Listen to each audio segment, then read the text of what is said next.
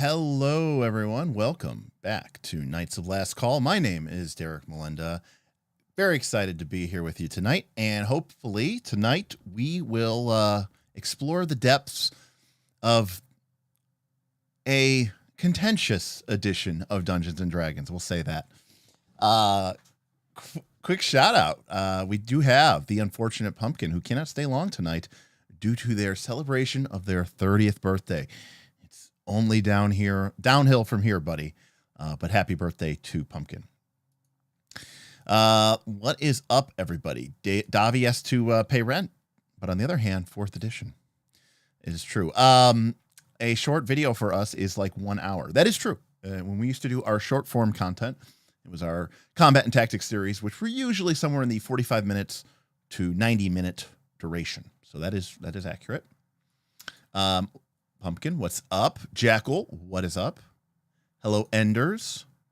Internet therapists were on today's ads for Lance.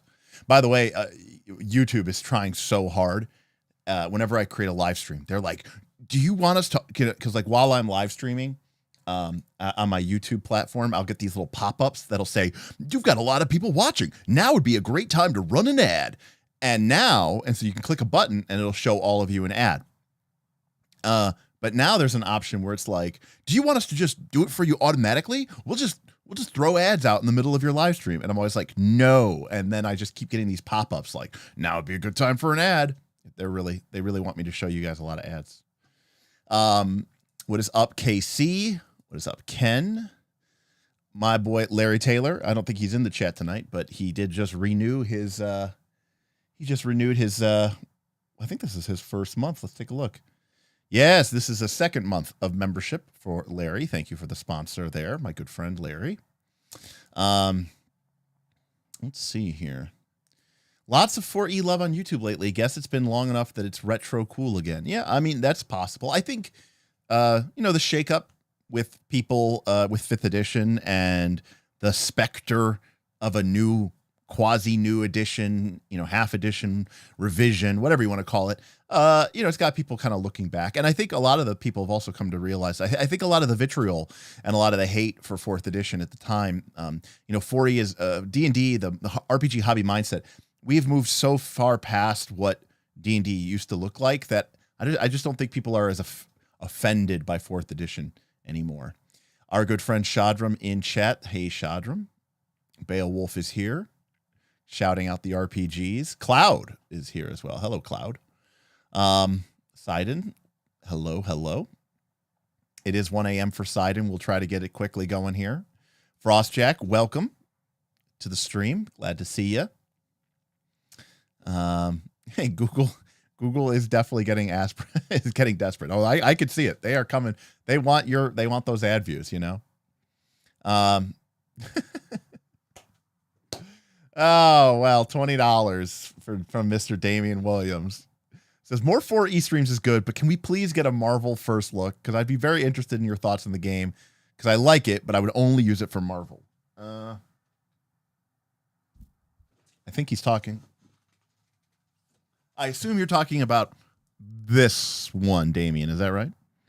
I won't lie to you. Purchased, $59.99. Purchased, have not cracked open yet. So it would be a legitimate first look. I have not looked at it yet. So, but it's by Matt Forbeck.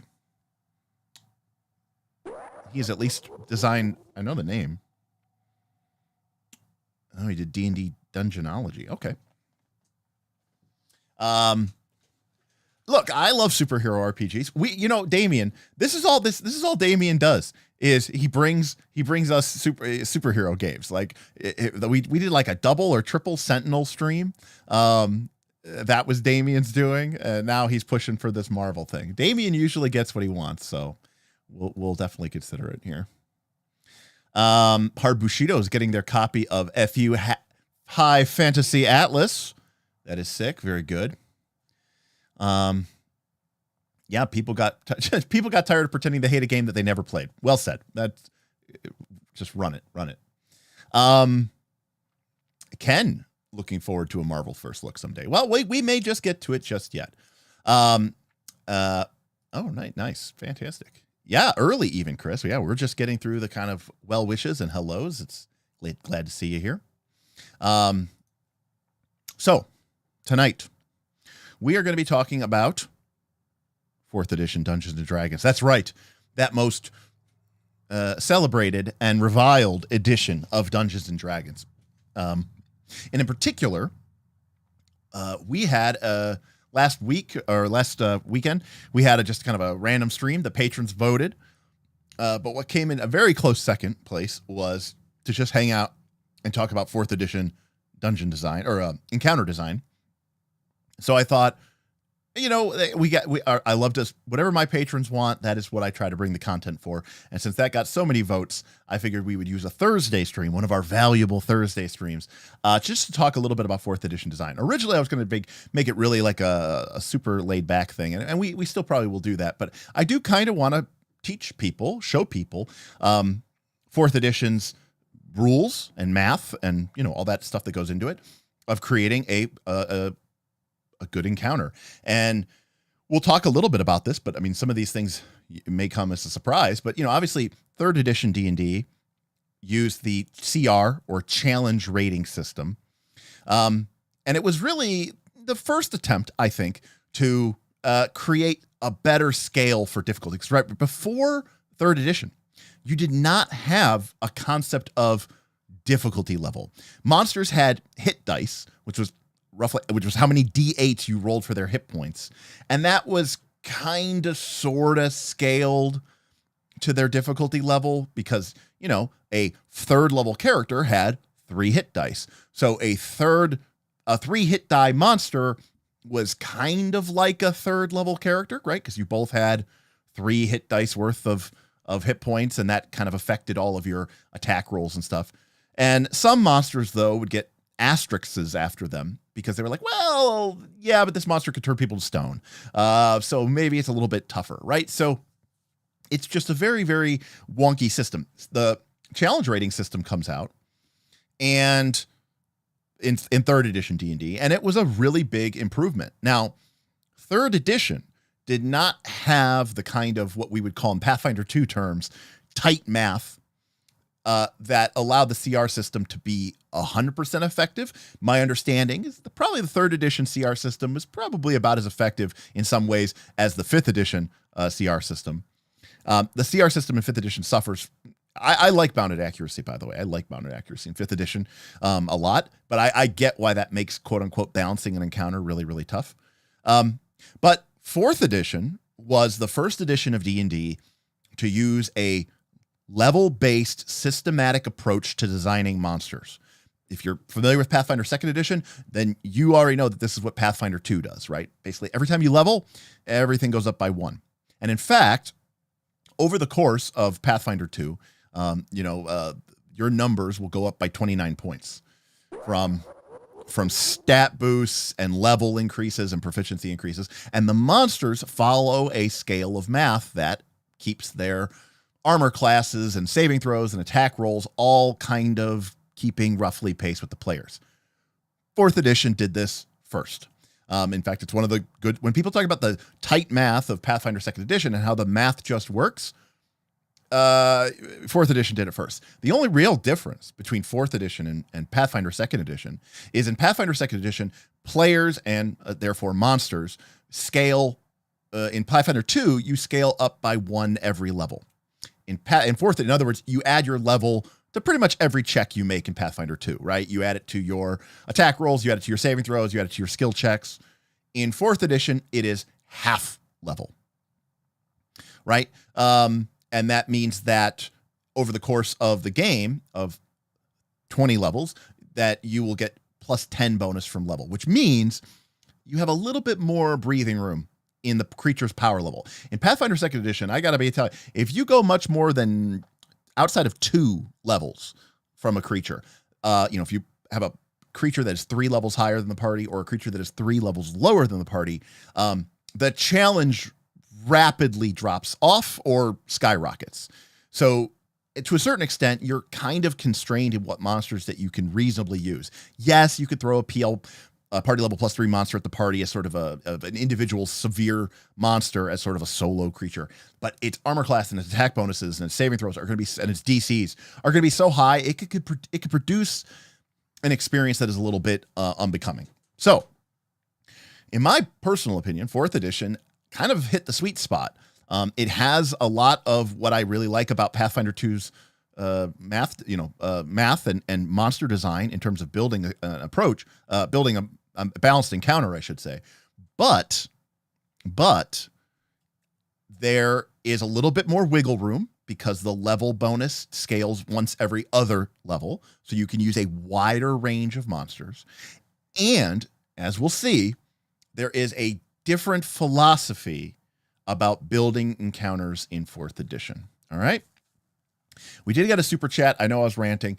We got it from Davi. Davi says, I would love to see you touch on 4th edition CR versus Pathfinder 2 CR.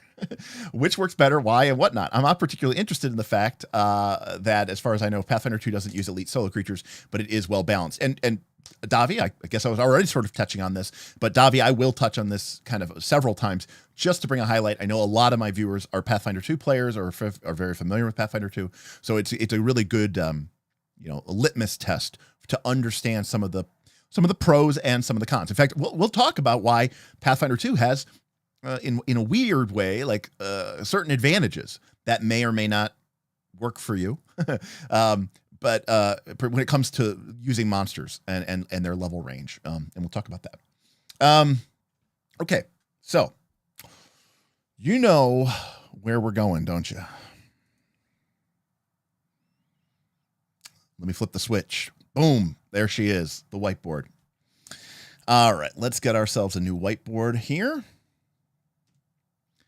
And today we're going to be talking about 4E. All right, 4E D&D encounters. All right. So let us start with some basic ideas. Let me turn on my touchpad. There we go. Perfect. Okay. So, yeah, we do. All right. Okay. So I'm going to go through this part fairly quickly because we've talked about this before, but first thing you have to understand, and we'll get into the numbers. We actually will get into the numbers, but the first thing you have to understand is that 4E encounters are fundamentally based off of the idea that for one PC, you have one foe, right? So again, this is already very different if you're coming from, especially from 3rd edition, because in 3rd edition, a CR 5 creature was supposed to be a challenge, okay, for a party of level 5 PCs, right? So in 4th edition, this is not the case. In fact, I remember reading a lot of people saying, oh my God, this game is so easy. And it's because they were throwing a level 3 monster, just one, at their party of level 3 characters, and it was getting destroyed because that is not what you're supposed to do. 4th edition D&D, unlike I would say most RPGs, it feels like most RPGs. Pathfinder 2 certainly is. 3rd edition D&D certainly was. We're based around the idea of the 4-person party, and obviously the math is very easy to change. But by and large, 4th edition encounters assume that you have a 5 PC party, so that you have 5 people in your party with various classes and various roles and various races. So again, the encounter is based off of 5 PCs. Now again, remember the baseline assumption is that 1 PC equals 1 foe, which means that in a standard encounter, if you assuming a 5-person party, that you are going to have 5, and I'll use the term foe, I'll use the term monster interchangeably. You will have 5 monsters to combat against them. Now, some of this, I think, is because when, and again, this might be a 3-hour stream, we'll see. But, in 3rd edition, the fact of the matter is, number one, it didn't always work out that well, right? Action economy was still a thing in 3rd edition. And so when you had 4, level 3 PCs fighting against one CR3 ogre, it didn't always really feel like that it was, a great challenge. Because quite frankly, the PCs just massively outnumbered the ogres. But additionally, part of 4E's goals in their game design was to create a more tactical miniature combat experience.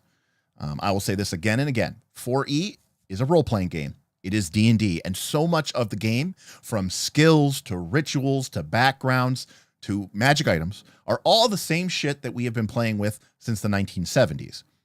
But the combat system is designed to be a more, what we'll call, combat as sport type approach, where it's more of like a mini game. If you're playing Final Fantasy and there's a mini game in it.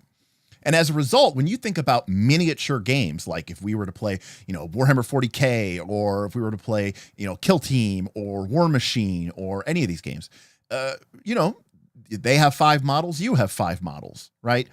They have 10 units, you have 10 units. So part of this idea was this idea that they kind of wanted these fights to be more like skirmishes. They wanted them to be more like your squad versus their squad, and to go to town and to have these interplays between all of the different character classes and the monster roles, which we will definitely talk about. So already baseline, you have this idea that the base math of the game is supposed to be versus 5 monsters in a fight. All right. Let me make sure I didn't miss anything here in chat. Let's see here. Does membership get rid of ads on YouTube? Beowulf, I do not believe so, but I could be wrong, but I don't know. I actually don't know. I'm not sure. Let's see here. The whiteboard's coming out. We do need a whiteboard. We do need a member remote for the whiteboard. I agree. 3 hours of a noodle game system nerd talk. Yes, exactly. That is exactly what we're going to do. Okay, great. All right. So right off the bat, this creates a problem. And this is probably the biggest difference between Pathfinder 2 and 4th edition. All right. Which is, what do you do when, you're playing D&D, you're playing Pathfinder? Of course, there's going to be a situation where instead of a 5v5, you have a 5v1, right? You're going to have this situation where the party is going to be facing up against one creature. The big dragon, the mega giant, the Lich King, right? This is just part of what we do in these games.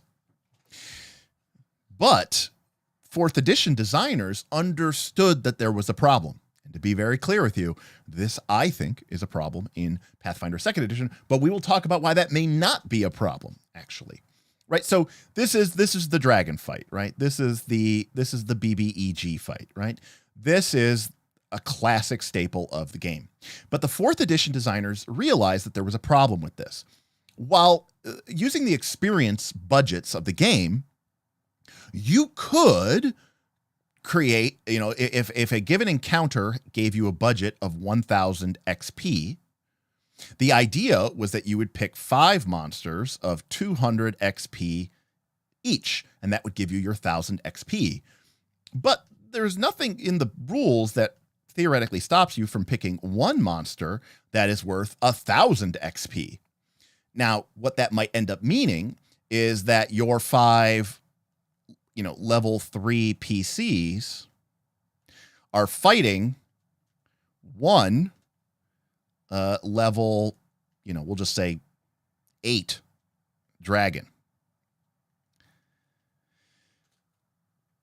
But the 4th edition designers decided that this was a problem because for the math, unlike 5th edition, the math in 4th edition is not flat. This level, And it's not the kind of wonky math that they used in 3rd edition. A level 8 dragon is going to have, because level is a part of the scaling in these games, a level 8 dragon is going to have a much higher attack roll. It's going to have a much higher armor class. It's going to have much higher DCs. It's going to have much higher, attack. Its breath weapon is going to be hit harder and hit more accurately. And the designers of 4th edition thought, basically, if you're a PC, right, you're going to miss all the time because the creature's armor class is so high. Your spells aren't going to land because the creature's fortitude and reflex and will are so high. The creature, on the other hand, is going to hit you with damn near everything it throws at you because relative to your armor class, it has such a high attack roll. The 4th edition designers decided this was not acceptable. Pathfinder 2 decided it was. Now, to be clear, Pathfinder 2 works. All right. In Pathfinder 2, if we had this would be PL plus 5, this would be a little extreme. So we'll make it level 7. Okay. We'll make this 4. One sec here. I gotta go to my eraser.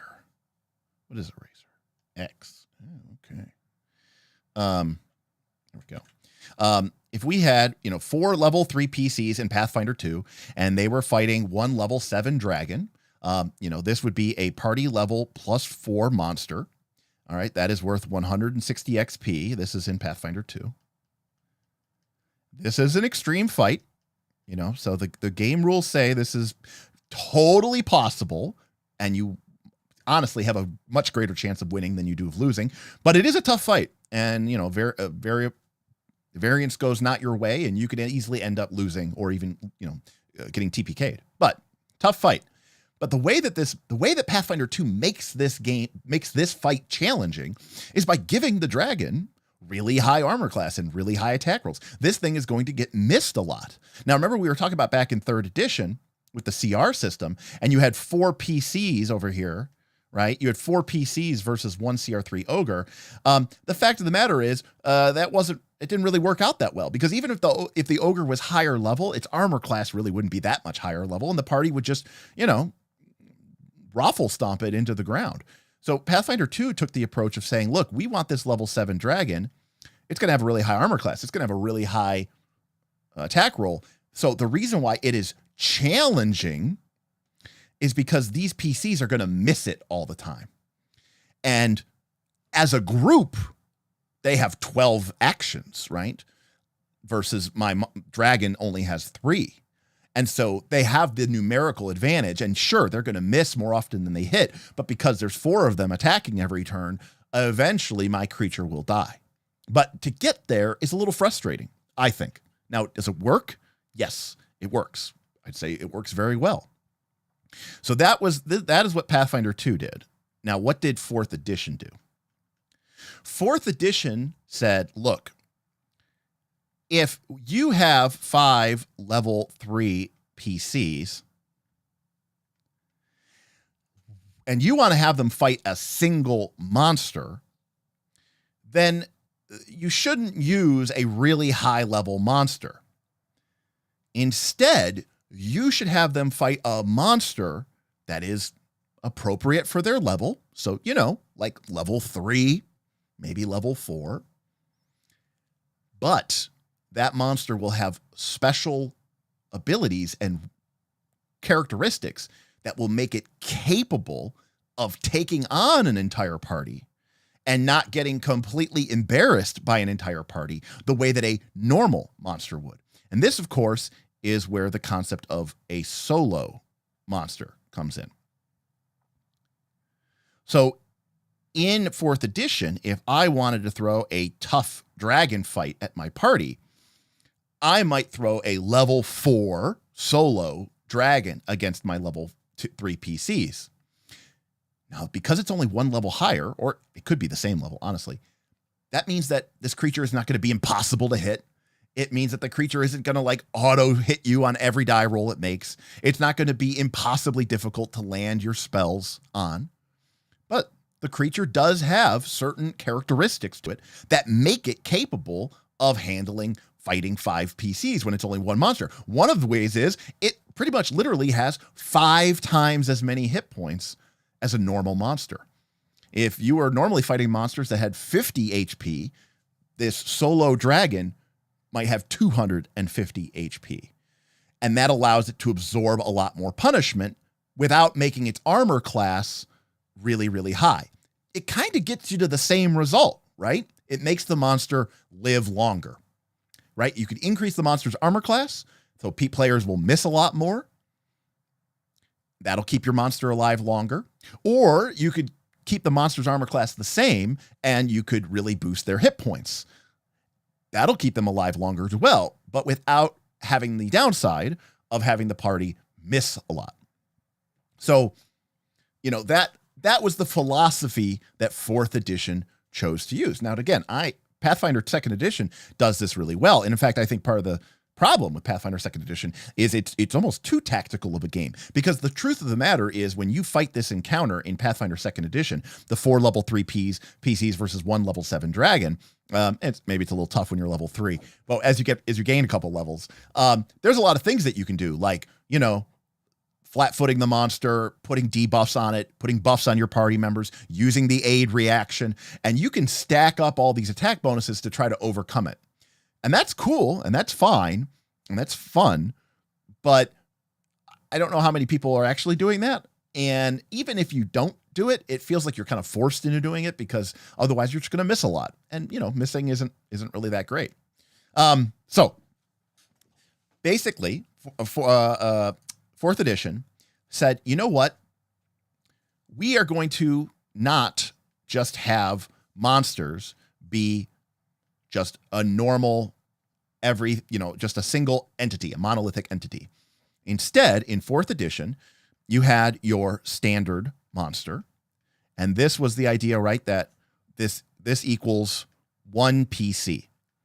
So if we were using a normal encounter and we had 5 PCs, we would throw in 5 standard monsters of the PC's level. Simple, easy.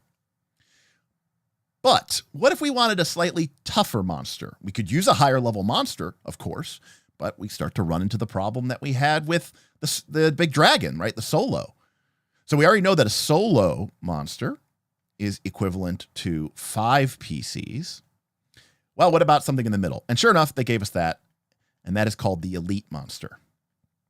And guess what? That's equal to 2 PCs. So now I could have a fight where I have 5 standard monsters, or I could have a fight with 1 elite. That's going to take up 2, and 3 standard monsters. Or I could just have a single solo. All of these. Okay, and by the way, the level of these standard monsters, let's say, the level, of the monster, the PC, again, our PCs are level 3. 3, 3, 3, 3. And according to the game, like anything, it's not like literally perfect down to the millimeter. But these 3 encounters that we've just outlined here, right? 5 monsters of level 3. Here's 4 monsters of level 3. 1 is an elite. And here is 1 monster of level 3, which is a solo. All of these fights are a level 3 fight. If a level 3 fight is standard, moderate, whatever you want to call it, right? Normal difficulty, for a level 3 party of PCs, any one of these 3 fights would fill that role. So that means that it's weird, but you could throw like a solo dragon at the party. It doesn't have to be a big boss fight, right? It could just be a normal fight. Now, you get this in Pathfinder 2 as well. If you throw a party level +2, chat, help me out. If you throw a party level +2 monster at the party, that is worth 80 XP, and that is a moderate fight. But in my experience, while it mathematically works out, it doesn't work out that great. So I think the solo has a lot more fights versus high level monsters in Pathfinder 2 are, in my opinion, very swingy. In my opinion. Why? Because you're talking about a D20 variance, and suddenly only the highest ranges matter. And so I like that 4th edition kind of normalizes everything. Pumpkin, have a great time. Be safe out there, buddy. Karuma with $10 super chat. Thank you, Karuma. Says, wait, are you implying there are people choosing to be bad at the game by not using all the tools at their disposal? Yeah, I mean, no. I mean, I think that, you should, it's tough.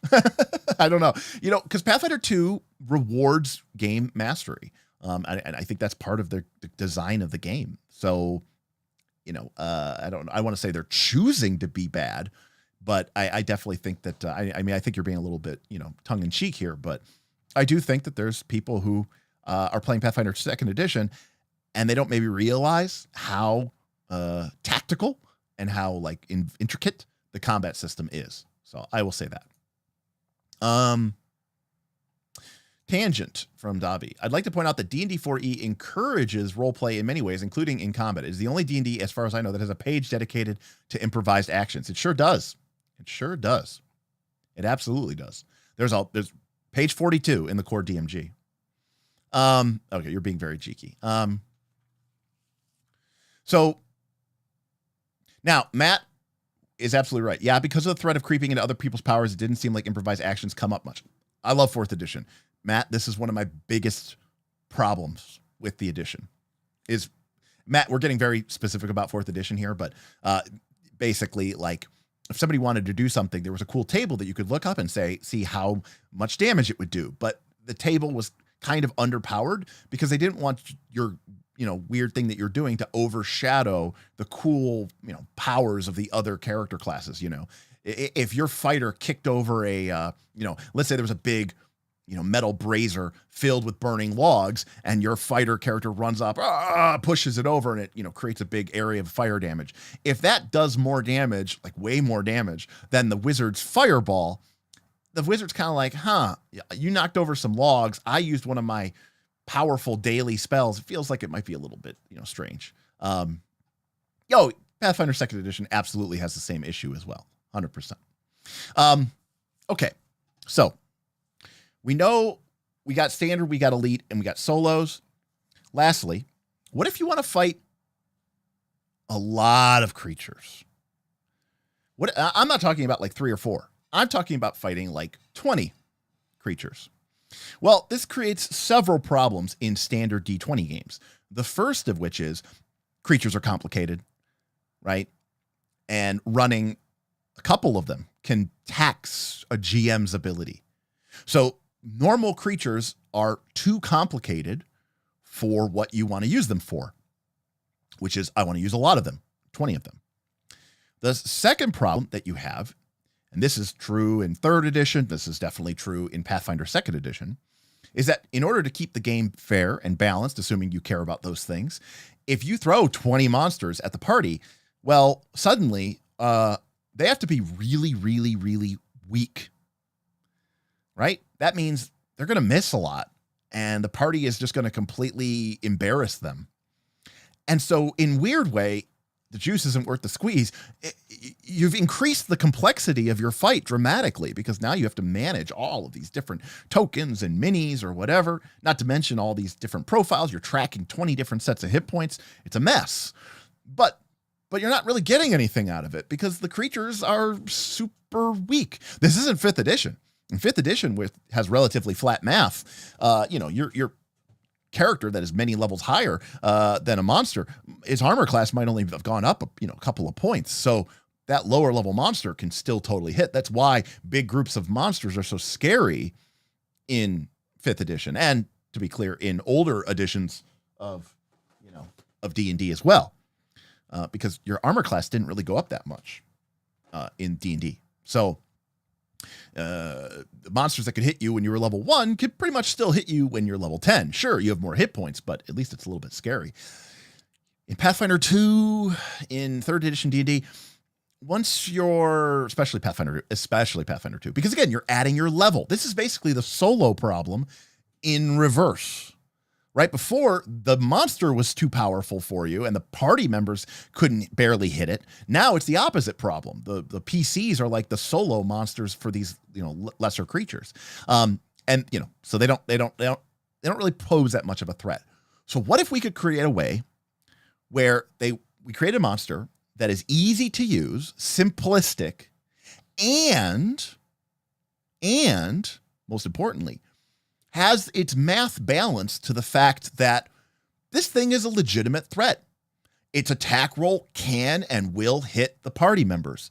The damage it does individually, added up across many monsters, will be significant threat to the party's resources, their hit points, their spells, their healing surges.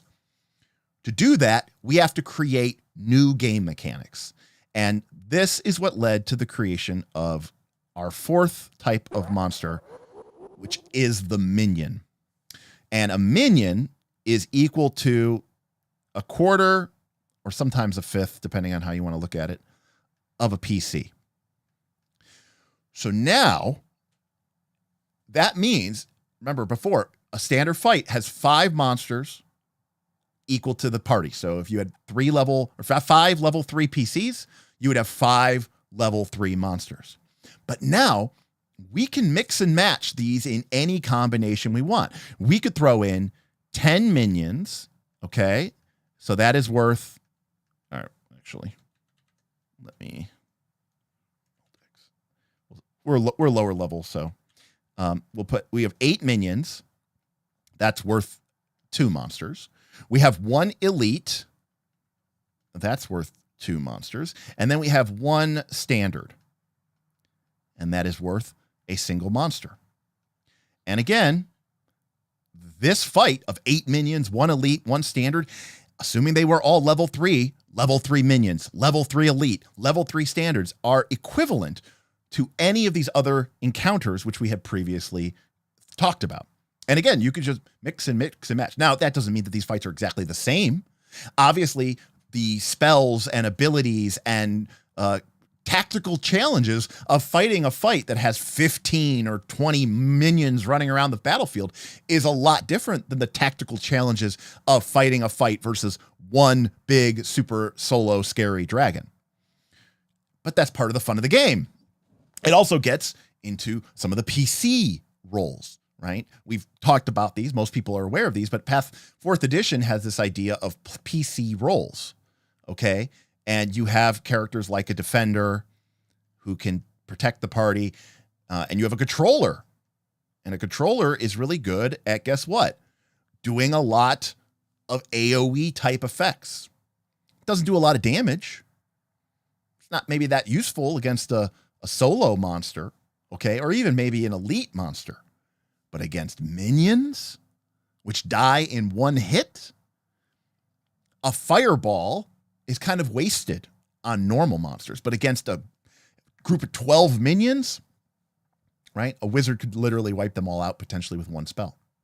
So controllers were designed to sort of help the party against minions. Meanwhile, when there's a million things running around, the defender has a lot harder of a time because how am I going to defend you against all of these threats? But when there's a single target that you can very clearly say, this is the biggest threat. There's that elite ogre champion, right? Leading a group of orcs. The defender can go, I'm going to go lock that guy down because I can take his hits. I can block his attacks. I'm capable of keeping him from doing all the damage to my party. So that is a situation where the defender, in my opinion, does a lot better. And leaders are just good at all times in the game. Same thing with strikers. The rogue, the ranger, all these characters that can do insane damage, but they can only do it to 1 target at a time. So, the strikers want to attack the, single targets as much as possible because that way they can focus all their damage potential into 1 target. When they're fighting minions, I did 150 damage with this awesome backstab flip strike. And it's like, okay, the thing had 1 hit point. It doesn't matter that you did 150 damage. That was a wasted effort from your striker. So there's this idea of target priorities, of different tactical objectives. In most D20 games, the standard advice that I would give to almost everybody is focus fire. Everybody should target the same monster until it's dead and then move to the next one. That is the most efficient way for you to deal with a threat, because you're going to not be wasting anybody's time, energy, or efforts, because monsters are fully functional even at 1 hit point. So if a group does 100 damage, but they spread it out over 4 monsters, 25, 25, 25, you're still facing down 4 monsters that are fully capable. Whereas if you were to stack all that 100 damage onto 1 monster and bring it down, now suddenly the fight went from being maybe slightly in your favor to, if you were to reevaluate, if you were to recalculate the experience points or the challenge rating of this new fight that is with this 1 monster gone because you killed it, it's a much easier fight. So that is typically the standard advice I would give. 4th edition, that advice still holds true. I'm not going to say like it's, completely not the case. But because of the radical difference between character class abilities due to their role of defender, striker, leader, controller, and because of the radically different ways that these monsters were built, minion, standard, elite, solo, you do have a lot of situations where one group of characters goes, we're going to go fight this thing. Another group of characters says, I'm going to go AoE these things over here. And your defender says, I'm going to go tank and block up that big guy. And everybody's kind of off doing their own thing and deciding where the priorities are. And it changes from round to round. So I think it's a more dynamic environment that you, the game master, or I should say the dungeon master, creates by building these encounters. All right, we had a big super chat. I missed it. Matt. Thank you, Matt. I also loved 4E's rules on how to level up or down a monster to get it closer to the party's level within reason, of course. Yes, and to be fair, Pathfinder 2nd Edition has what they call, it's called the Elite template, but it's not like Elite like in Pathfinder or in 4E. Pathfinder 2nd Edition has, you can add Elite to a monster that bumps up its stats a little bit to basically virtually make it 1 level higher, and you can make a creature weak, which will lower its level by 1. But like Pathfinder 2nd Edition, because 4th Edition monsters were formulaic, you created them using a formula. Theoretically, you could take any monster. I could take a level 17 Minotaur Berserker, and if I changed his level from 17 to 5, all of his numbers, his damage values, his hit points, his saves, his attacks would all drop down to a level 5 monster, and he would be a level 5 monster. You do get into a situation where like a higher level monster might be able to fly really fast, and a lower, if you made that level 26, celestial astral griffin into a level 2 monster, some of that things don't scale as well with levels. So Matt is absolutely correct that you can only do that within reason. I don't know, plus or minus 3-4 levels. I was pretty, and as you got familiar with the edition too, you can kind of say, yeah, I'll take this cool monster that's level 10. I'll make it level 4. All the numbers change. I'll keep everything except I'll get rid of that one ability because it's a little bit too powerful for a level 4 monster instead of a level 10 monster. Boom, you're done. Moving on. So it's very good. Let's see. Let's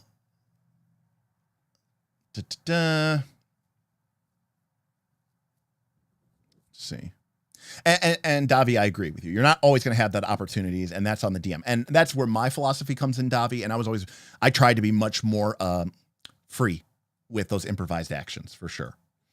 The issue is I've seen is that Plague 4E was mostly the psychological disconnects. If there were more mechanics for outside combat things and more built-in power flex, a 12 out of 10 potential. The thing is, Matt, every version of D&D is primarily combat focused. Look at any of your books. Look at 3rd edition, even 2nd edition. 2nd edition didn't have any skills.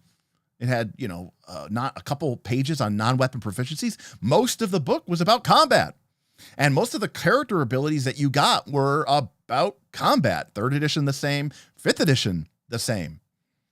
So if anything, 4th edition, because it had skill powers, because it had skill challenges, right? Because it had rituals, because it had martial, what they called martial practices, which were like non-magical rituals, because it had all of those things, I contend that in some ways, 4th edition had more mechanics, in fact, it had the most mechanics for non-combat encounters that any game in the D20 era has ever had. So that is how I contend it. Let's see. Enders really wants to try 4E. Yeah. A power's incidentals that would screw up. Exactly. A power might randomly says, and the creature gains resistance to damage 20. And you're like, okay, well, that didn't scale. I need to fix that. Okay. Plus or minus 5. So yeah, that works with what I said. And Matt agrees it was about 5. Now, how long do 4E rounds take compared to Pathfinder 2nd Edition? So there's no beating around the bush, okay? We've talked about this before. We just did a video about that, right? That interesting does not mean fun.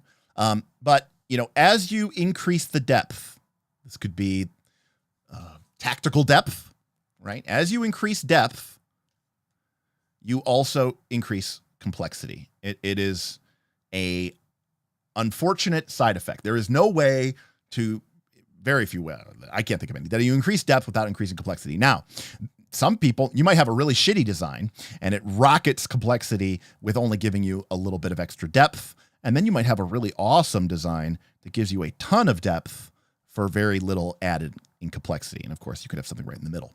The fact of the matter is, 4th edition is adding depth, depth adds complexity, and complexity adds time. But I will contend there is one thing to consider about Pathfinder 2nd Edition. And again, I'm using Pathfinder 2nd Edition as a staging point, which is in 4th edition D&D, you have a standard action, a move action, and a minor action. Now, this is not like 5th edition where you sometimes have a minor action and you sometimes don't have a minor action. You always have access to a minor action. And there are certain powers and abilities and things that your character can do that you take a minor action. And of course, in 5th edition, we have, I think it's just called your standard action, and then you have your move. Now, of course, in 5th edition, you can break this up, right? You can do some of your movement, then attack, then do some more of your movement, then attack, then action surge, move, attack again, right? Go through a door, stand up from prone. 4th edition doesn't work that way. 4th edition's movement is similar to movement in 3rd edition D&D or Pathfinder 2nd edition, where you have to do your entire move in one movement action. And then you have minor, which is like bonus. Now, here's the thing. Pathfinder has the 3-action economy. You get an action, and you get an action, and you get an action. So in theory, all 3 of these games, 4E, 5E, and Pathfinder 2, all have 3 actions. The only difference is that in 4E and in 5E, some of these actions can only be used for certain things. And that means that they're limited. So in Pathfinder 2nd Edition, every time you get to take an action, you have to decide, what do I want to do with that action? In 4th edition, if you did your standard and your move, you technically do have a 3rd action left, just like you would in Pathfinder 2. But in 4th edition, it's just a minor action. So there's probably not that many things that you can do with it. Same thing is true in 5th edition. Same thing is true in 4th edition. But in Pathfinder 2nd edition, technically every action choice could be a unique action that stands entirely on its own. Not to mention deciding if you want to use an activity that requires 2 actions or 3 actions since casting. So the long and the short of it is, I think the combat rounds are probably about the same in 4th edition as Pathfinder 2nd edition. Maybe, if you're very familiar with the system, I think they could be faster. But by and large, I think they're fairly equivalent. That was a long way of me saying that. So,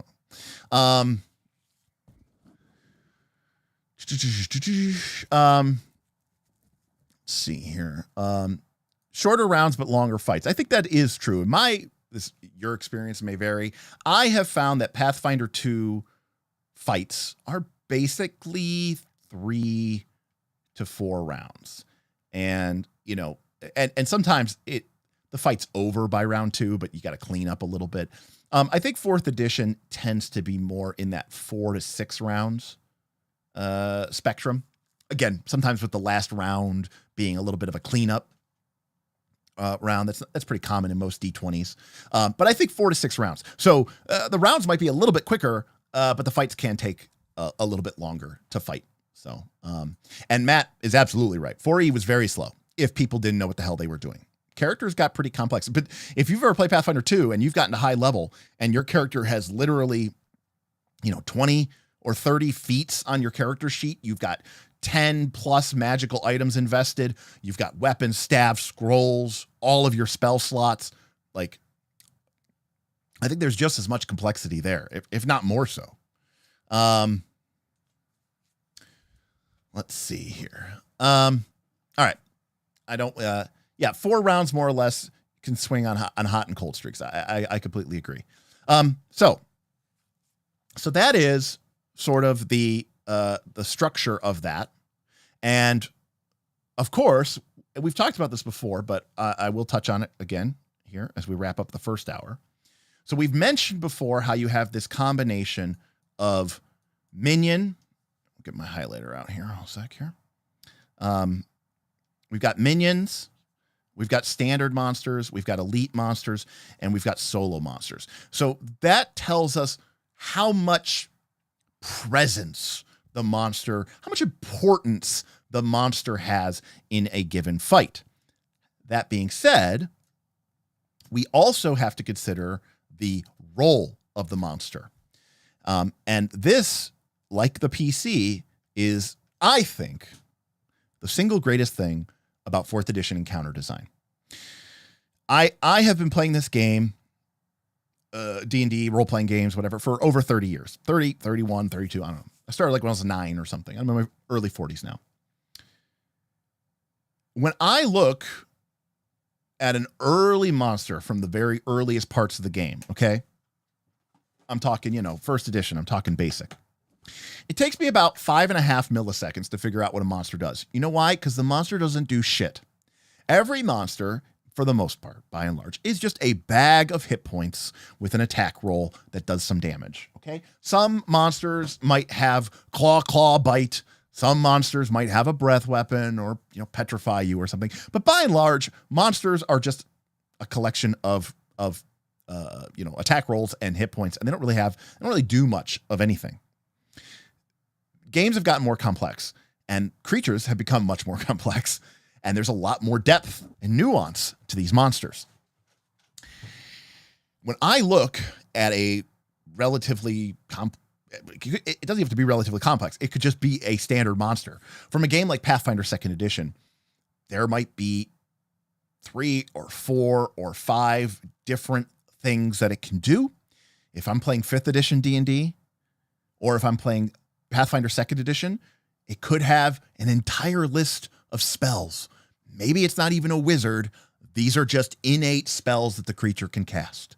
And now I have to look up what all of these fucking spells can do. And it turns out half of these spells they have a casting time of 10 minutes, and you would never use it in a combat anyways. It's just there so that the hag, if you're using it as some sort of NPC, can send horrible dreams to the party members. And if it didn't have that there, then you couldn't do it because it's not in the rules. Okay? I don't know. And again, I've been playing the game for 30 years. I can't look at a monster and go, what am I supposed to do with this? I don't know. We prep, we read our adventure, we make the encounter, but the fact is you may not understand what role a monster is supposed to face or supposed to do. What is my job? What should this monster be doing? And this is where 4E roles come in. And so 4E had 6 roles and a 7th sub role. You had the soldier, you had the brute, you had the skirmisher, you had the controller, you had the lurker, and you had the artillery. There was also a 7th role, which was a sub role, would only appear as a parentheses, called the leader. These were fairly uncommon. Okay, so what do these roles do for us? Well, number one, they mechanically determine what a creature does. And this gives you and your players a very, and this is so important, a very clear language. I understand that a lot of players, a lot of groups out there don't want their players to literally just know the stats of every single monster. I think that's, I do think that can be not fun. Sometimes I just let my players know the monster stats because I don't care. But part of the problem is you need to be able to communicate with your players. I've said this before on other streams. I'm all about player agency. Okay. And especially in a tactical game, why are we playing a tactical combat minis game if not for agency, so that the decisions that we make matter? So how do we make decisions that matter? Well, one of them is we actually have to be able to make them. We have to have useful and effective abilities. But the second part of making decisions is they have to be informed. You have to know what the hell is going on. In order to make a tactical decision, you have to have context. When 4 monsters appear on the battlefield in Pathfinder 2nd Edition, you have no idea, or 5th Edition D&D, you have no idea what that monster is going to do. When I played 4th Edition, and I've seen it, when I saw it played or talked about, it was pretty much, for me, a given that while the PCs may not know exactly what the stats of this heavily armored ogre dreadnought were, I would let them know this guy is a soldier. All right. And by letting them know that, the party, they didn't understand everything. All right. Hey, we've got ourselves a new member. Welcome to the adventure, Sheppy. Thank you. Thank you for the support. Hopefully you enjoy your little bonus emojis, and welcome to the loyalty badge. Appreciate you so much. That is very, very nice of you. Thank you so much. It only took 4th edition, huh? Was that the magical key? I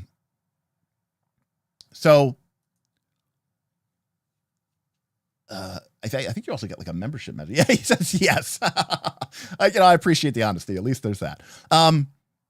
But let me be clear about something. If I'm quickly trying to play a game and I look in the stat block and I see Ogre Dreadnought and I see level 5 soldier or level 8 soldier, I go, as a GM, I get it. This character, this little monster is going to have different abilities. It's going to have a couple different things that it can do in combat, but I get what its job is. Its job is to go and be a tank. Its job is to go. It's not going to do a lot of damage. It may be an ogre, but it's not going to do a lot of damage. It's going to have high armor class, relatively high attack, but it's going to miss, or it's not going to do that much damage. But what it will do is lock people down. It will immobilize them. It will mark them. It will trip them up, slow them. It will make it harder for them to engage the rest of my monsters. And just having that in my mind as a GM makes that Ogre Dreadnought, I think, an order of magnitude easier to play. So the other side of this is the players. I tell the players, the Ogre Dreadnought, he's a big ass soldier. And the players now get it. Okay, we understand the challenge. This big ogre is going to try to lock us down. We don't want to fight this big ogre. We'll kill him after everything else is dead. Or maybe he'll flee. Because he doesn't do that much damage. But has a really high armor class.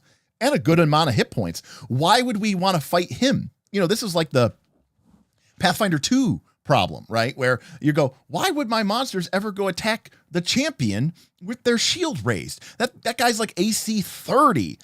And you're like, he doesn't even do that much damage. He's not like the barbarian or the magus or the gunslinger or the fighter or the rogue. He doesn't do that much damage.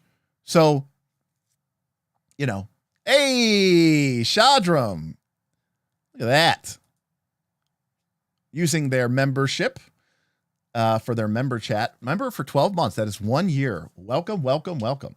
Thanks for 12 months of amazing advice, Derek. My players and I enjoy our games so much more thanks to streams like this. Shadram, I am honored to have you as part of our community. Thank you so much. And again, I do it for people like you, and I do it because of people like you. So thank you to Shadram. Thank you to everybody who continues to support this channel so we can keep talking about games that pretty much nobody plays anymore.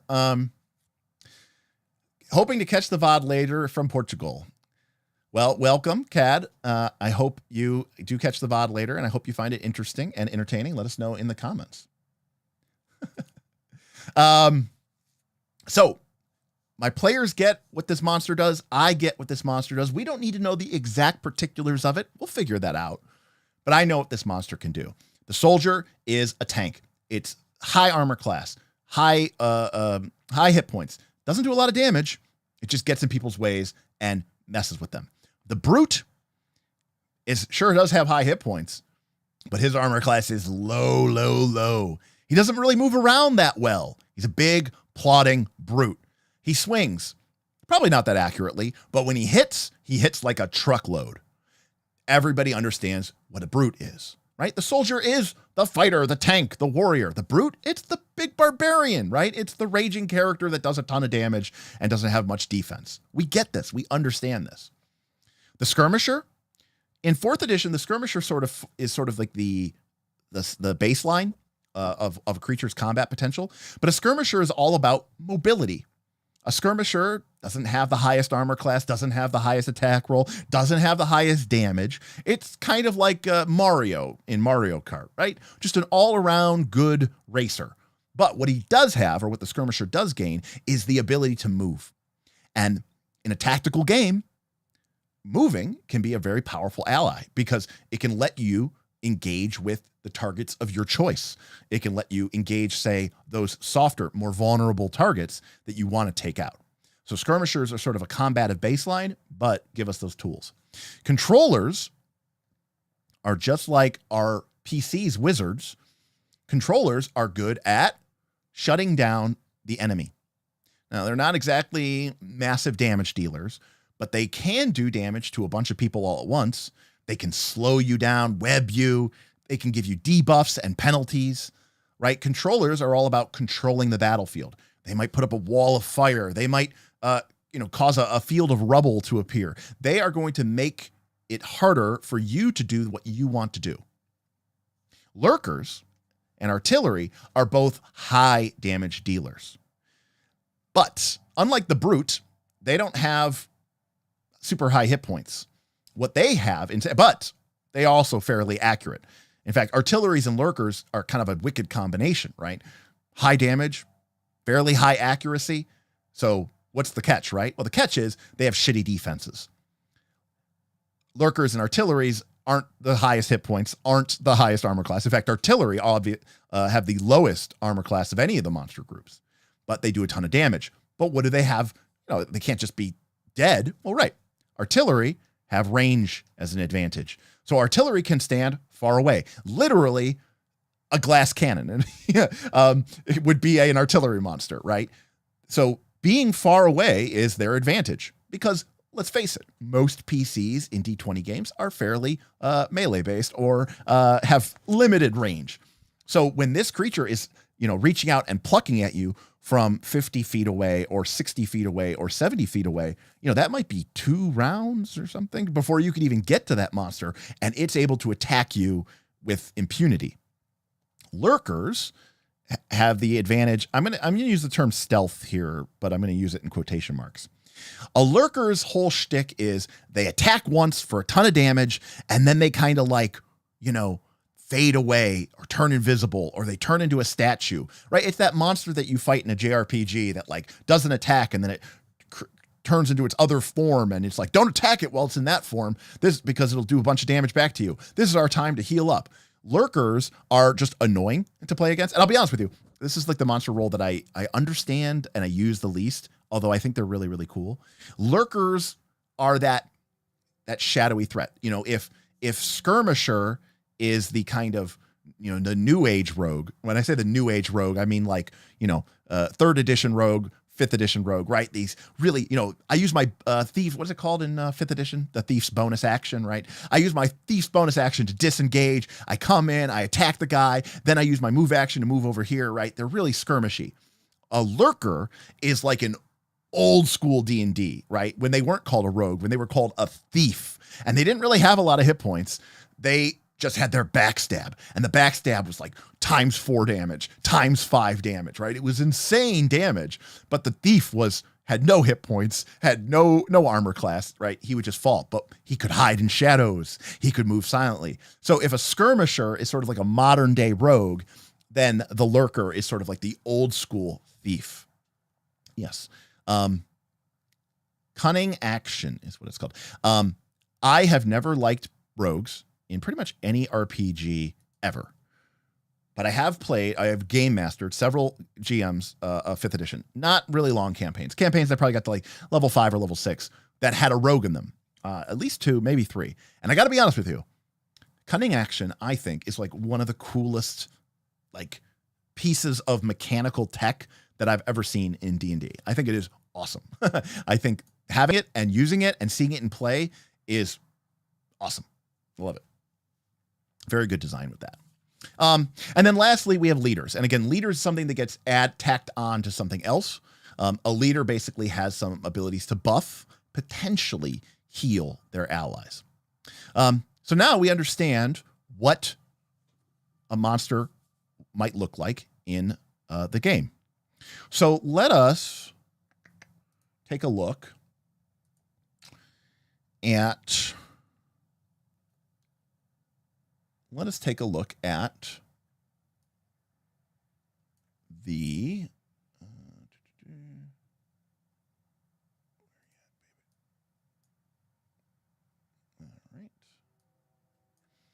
All right, so let us take a look at our Dungeon Master's Guide. Okay, Chapter 4 of the Dungeon Master Guide is building encounters. Okay, by the way, I just want to point out for all the haters that exist, if you draw your attention to the upper left, you will see that the way that the 4th edition Dungeon Master's Guide is laid out is it starts off by saying, how do you be a good DM?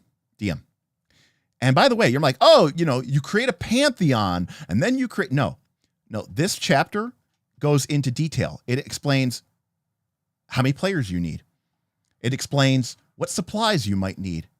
It talks about needing rule books, dice, a place to play. It talks about players and what motivates those players.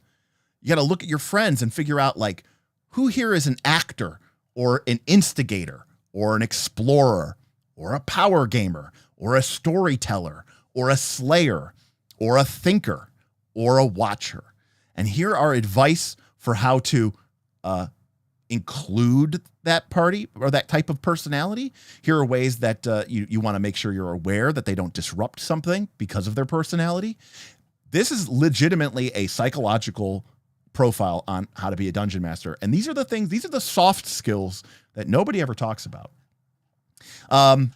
So awesome book. Anyways, then it talks about combat encounters and gives you advice about, combat encounters and running them. But then chapter 5 is called non-combat encounters.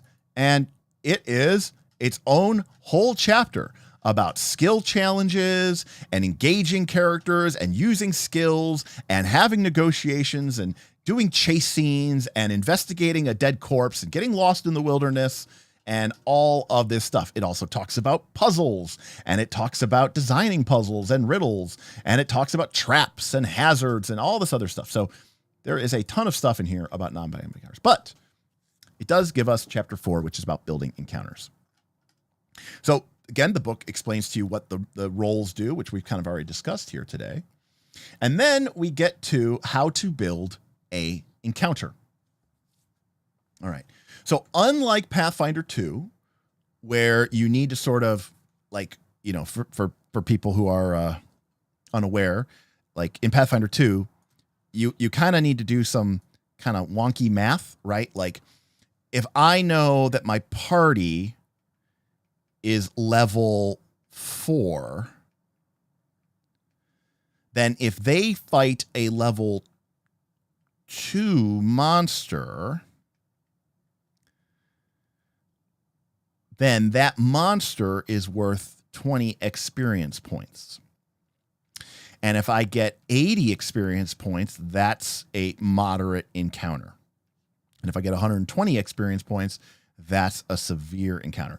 But what if my party was not level 4 What if they were level 3? Well, then that level 2 monster isn't worth 20 experience points anymore. That level 2 monster is now worth 30 experience points. And if I included 3 of them, it would be 90 XP, not 80. And it would still be a moderate, but it might be a little bit tougher than a normal moderate fight. So the experience point value of a monster is dynamic. It changes in Pathfinder 2, depending on what level the party is. I don't love this at all. In fact, if we go and we look at a monster manual, okay, here is some kobolds, okay, you can see, oh, I didn't bring that up. You can see that these creatures in the upper right-hand corner of their profile, it tells you that this is a kobold slinger. It is a level 1 artillery, and it is worth 100 experience points. It is as simple. This doesn't change. This isn't modified by the number of party members, and you don't have to none of this applies. All you have to do is just add up the experience point values, and you get the total XP value of your encounter. And guess what? All you need to do in order to create an encounter is determine your XP budget. Multiply the number of characters in your party by the XP value of a monster of the encounter's level. So what does that mean?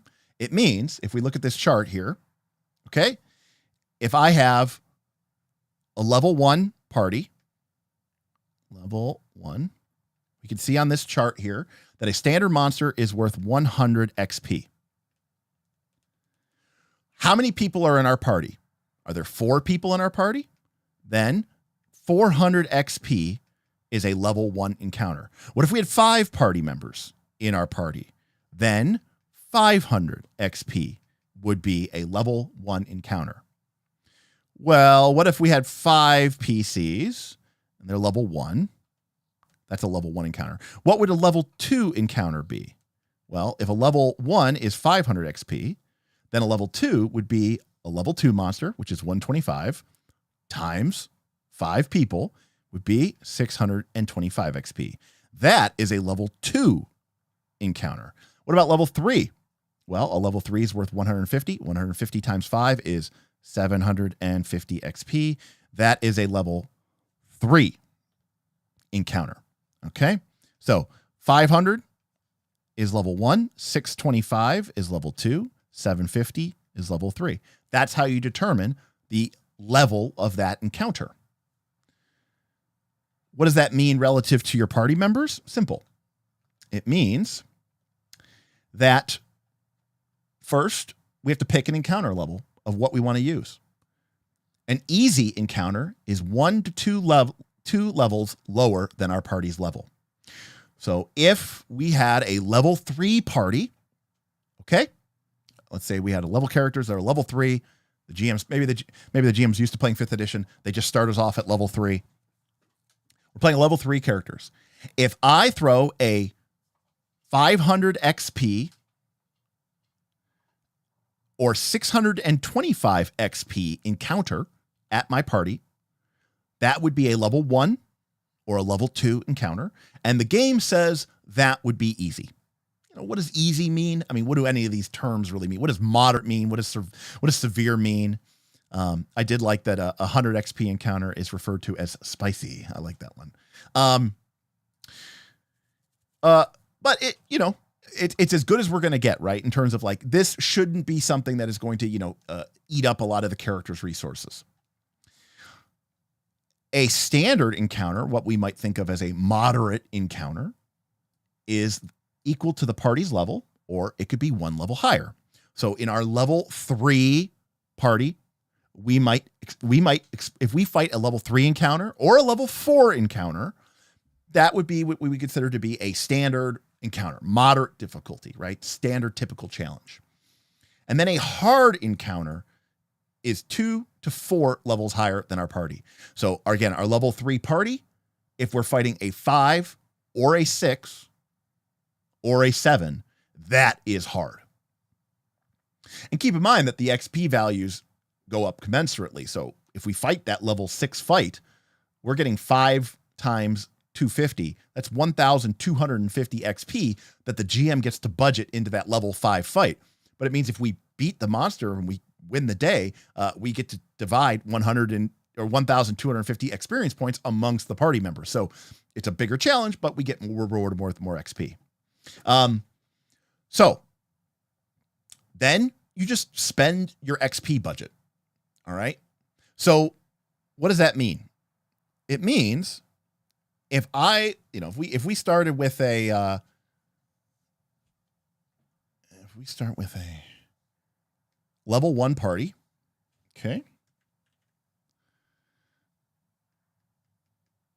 Level 1 party of 5 PCs. We know from our other chart that a 5 PCs times 100 XP, 500 XP would be a level 1 encounter, and 625 XP. No, that's not right. No, that is right. Is a level 2 encounter. And according to the game, either of these, because remember, we have a level 1 party, either of these would be a standard, a moderate difficulty fight. Not easy, not hard, standard. So we're going to start with the assumption that we are going to be looking to end up somewhere in the 500 to 625 experience points range, because we want to create a moderate fight, right? We're going to start off our campaign with a bang. Now, before we begin, Wayne says, I stand with the ban healing surge minority. Healing surges are one of the greatest things about the game. We're not talking about healing surges today, but I don't know exactly if you mean that you don't like them, but I mean, I think that they are actually really important to how the game functions. And I have a whole philosophical concept and discussion around that, but we would get too off topic there. All right. So we're starting off our fight. We're lower level. And, we're envisioning that maybe we give we're doing some prep before our first session of our new campaign. And so we decide, okay, you know what? We're going to have, a classic dungeon. There's the old ruins on the outskirts of town that used to be the fortress manor home of the Duke so-and-so, who, his family protected these lands for hundreds of years, but the ruin fell into disrepute. And now people say that it is haunted or infested with evil, but the treasures of the Duke still lay there, including his ancestral sword, which could give someone a strong claim to assuming leadership of these lands. So your characters are like, cool, we're going to go there. And we decide that maybe there's a couple different factions within our dungeon, but one of the factions that we decide is kobolds. Now, we can come up with all sorts of cool plot reasons later, but this isn't what this isn't about dungeon design. But we know that kobolds are going to be part of our game. So we say, okay, let us start off with a fight versus some kobolds.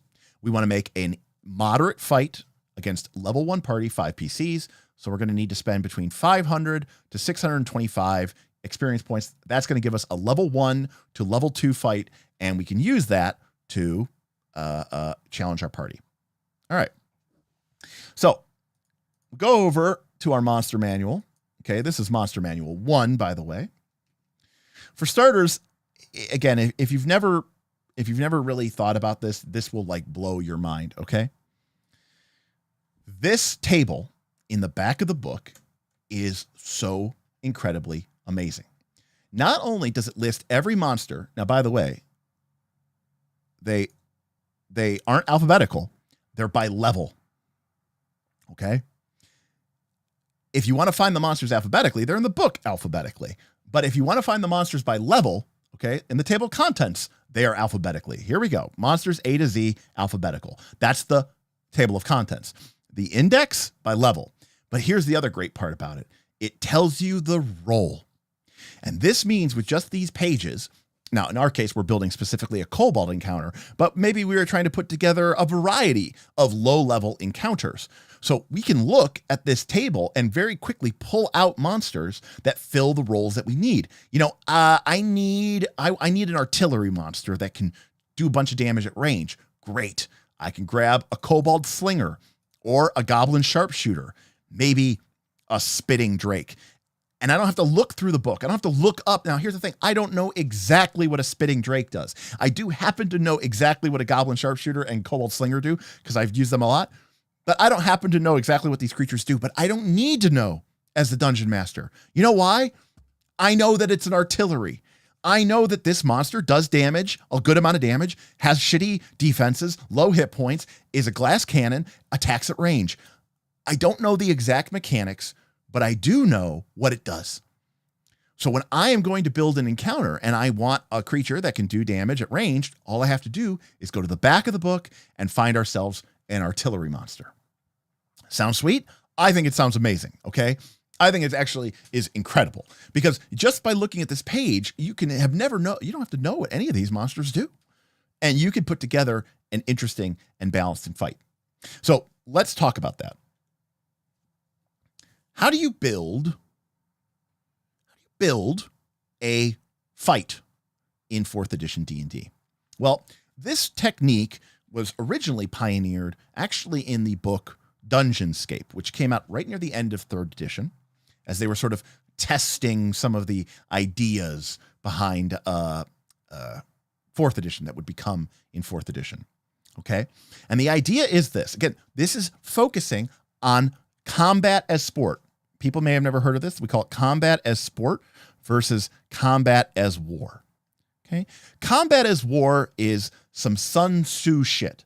Combat as war is where you have your party and they, sneak into the room and they put a bunch of barrels full of gunpowder filled with iron spheres and they explode them while they are 150 feet away. They kill every single monster in the room without ever even risking a single hit point, right? Because they had some cool, crazy plan that they enacted and it worked. All right. And you allow it to work and maybe the mechanics of the game support it working. That is combat as war. All right. Combat as sport is different. Combat as sport treats the combat like you're playing a board game. It treats it like you're playing a sport game. In football, we don't let the other team blow up the other team, right? We have the same set of rules. We agree to them. We're going to play by them. And it's about who's the better team, who could play better, who has a better plan, who has the better tactics, the better strategy, the better coaching, and to the victor go the spoils. So combat as sport is all about balance and fairness and making sure everything, is on that level. And so this is so incredibly important to understand that 4th edition is a combat as sport game. Now, this process of sort of deciding how the building an encounter goes uses this idea of, remember, we have our roles. Okay. We got, for those of you who forgot them, we've got soldier. Okay. We've got brute. Actually, I'm going to draw them like this because I've drawn them like this before. Now, this is nothing official. Okay. This is just something that like I do, right? I think of a soldier as being kind of the opposite in a way, right? Between an artillery and a lurker. Okay. And then I think of controller as being, kind of like a lurker doing a bunch of damage. They're not very fast, but they're sort of like in between a brute and a soldier. And then we have a skirmisher over here and a controller down here. Now, and again, this is super, there's a bunch of different ways that you could do this, but long story short, I kind of divide the monsters into sort of a circular ring and kind of when I think about their roles, there's no official way to do this. And I think I've done this differently before, but one of the things I like to do is I like to understand, right? Like the monsters over here, these are kind of your damage dealing ones, right? These are our damage dealing monsters. And then the monsters up here, these are sort of our heavy hit point monsters.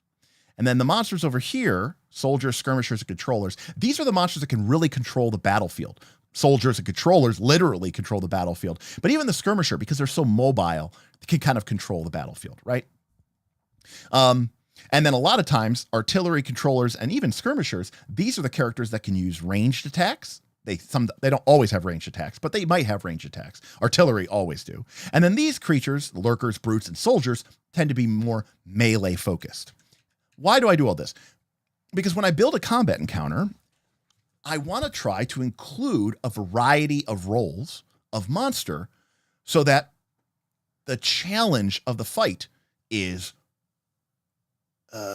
sort of spread out, and it's not just a monotonic fight against the same type of creature.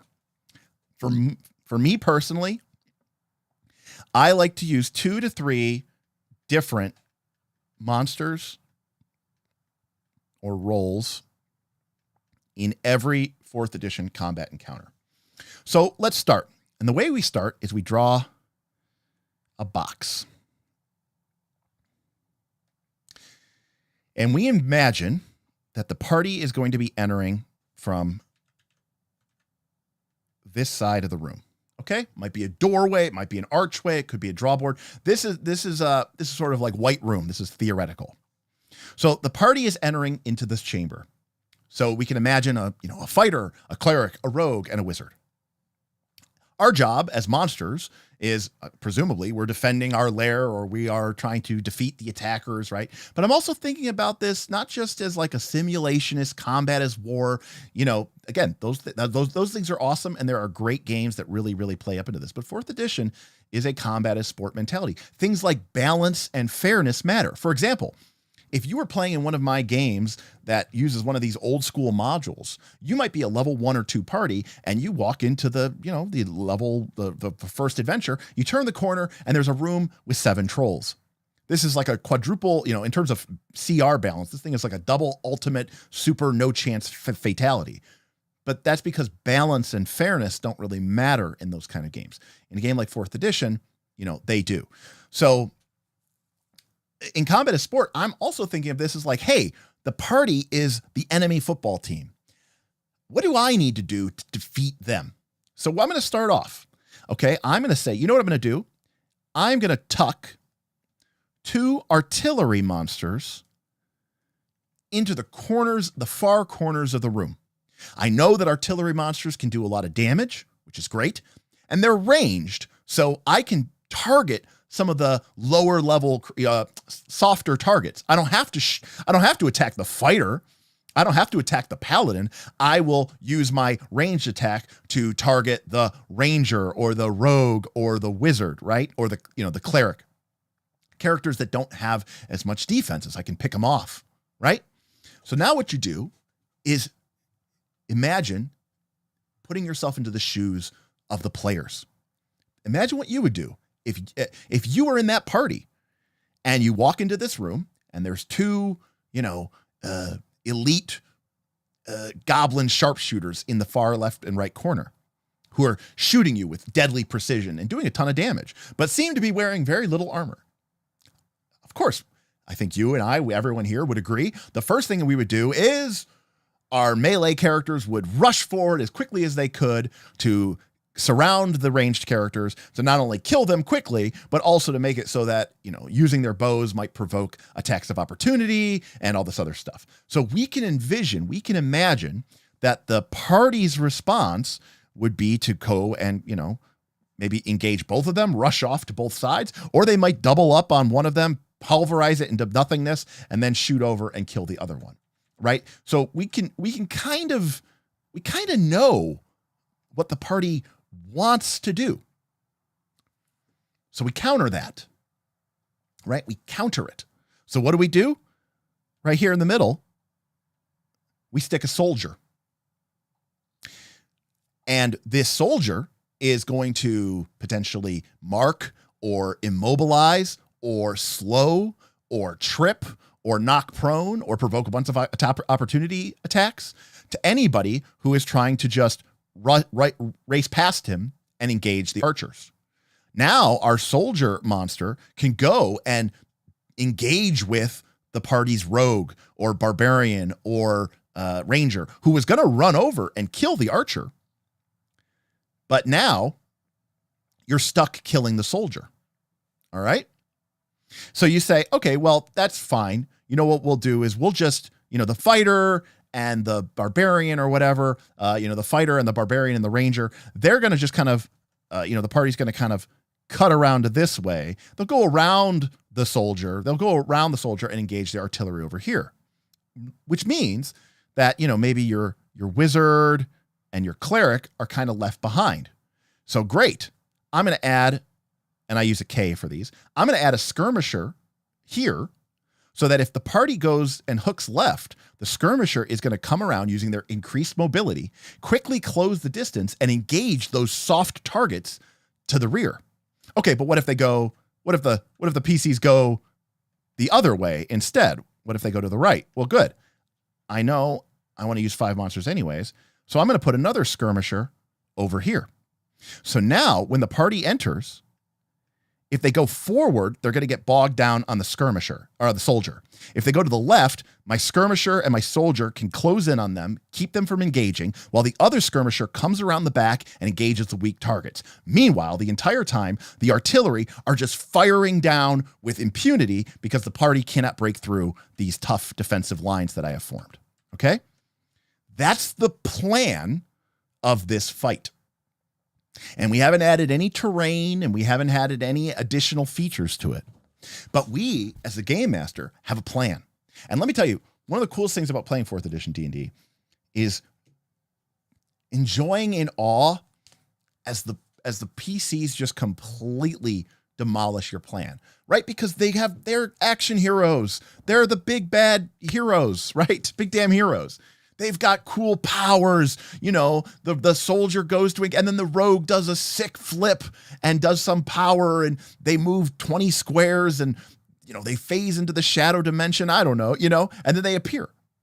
You know, you've set all this up and then, you know, the sorcerer drops a massive, huge fire bolt that just blasts one of the artillery monsters into nothingness on the first round, right? So the party is going to have their cool tips and tricks and all this other stuff, which is really, really, really good.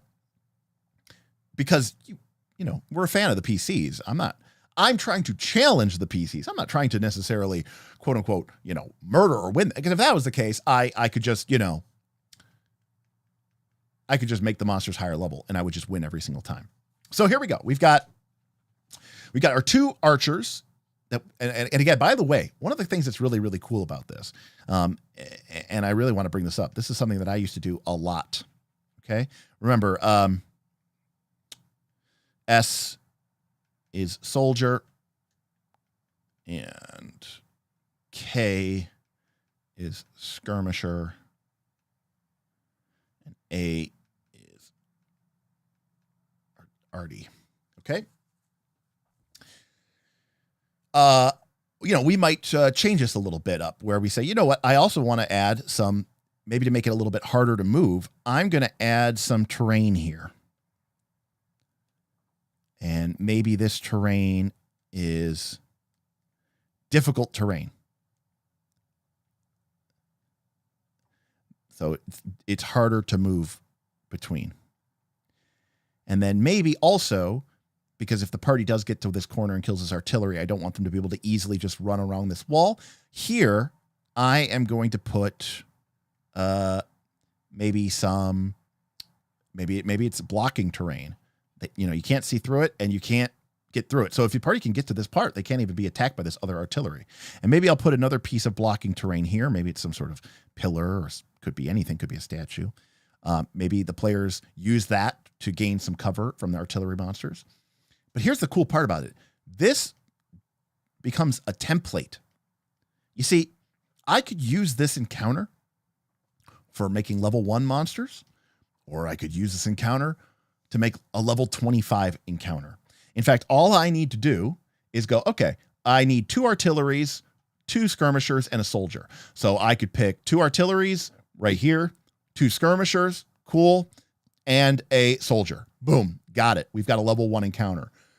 But I could also go down here and instead I'm going to pick 2 flame skulls, which is an artillery. And then I'm going to pick 2 foul spawn manglers. Those are skirmishers. and they are guarded by a Shadar Kai warrior, which is a level 8 soldier. And guess what? I have just turned this from a level 1 encounter to a level 8 encounter. And sure, in level 1, maybe the difficult terrain is, I don't know, some rubble or some, thick branches or brush.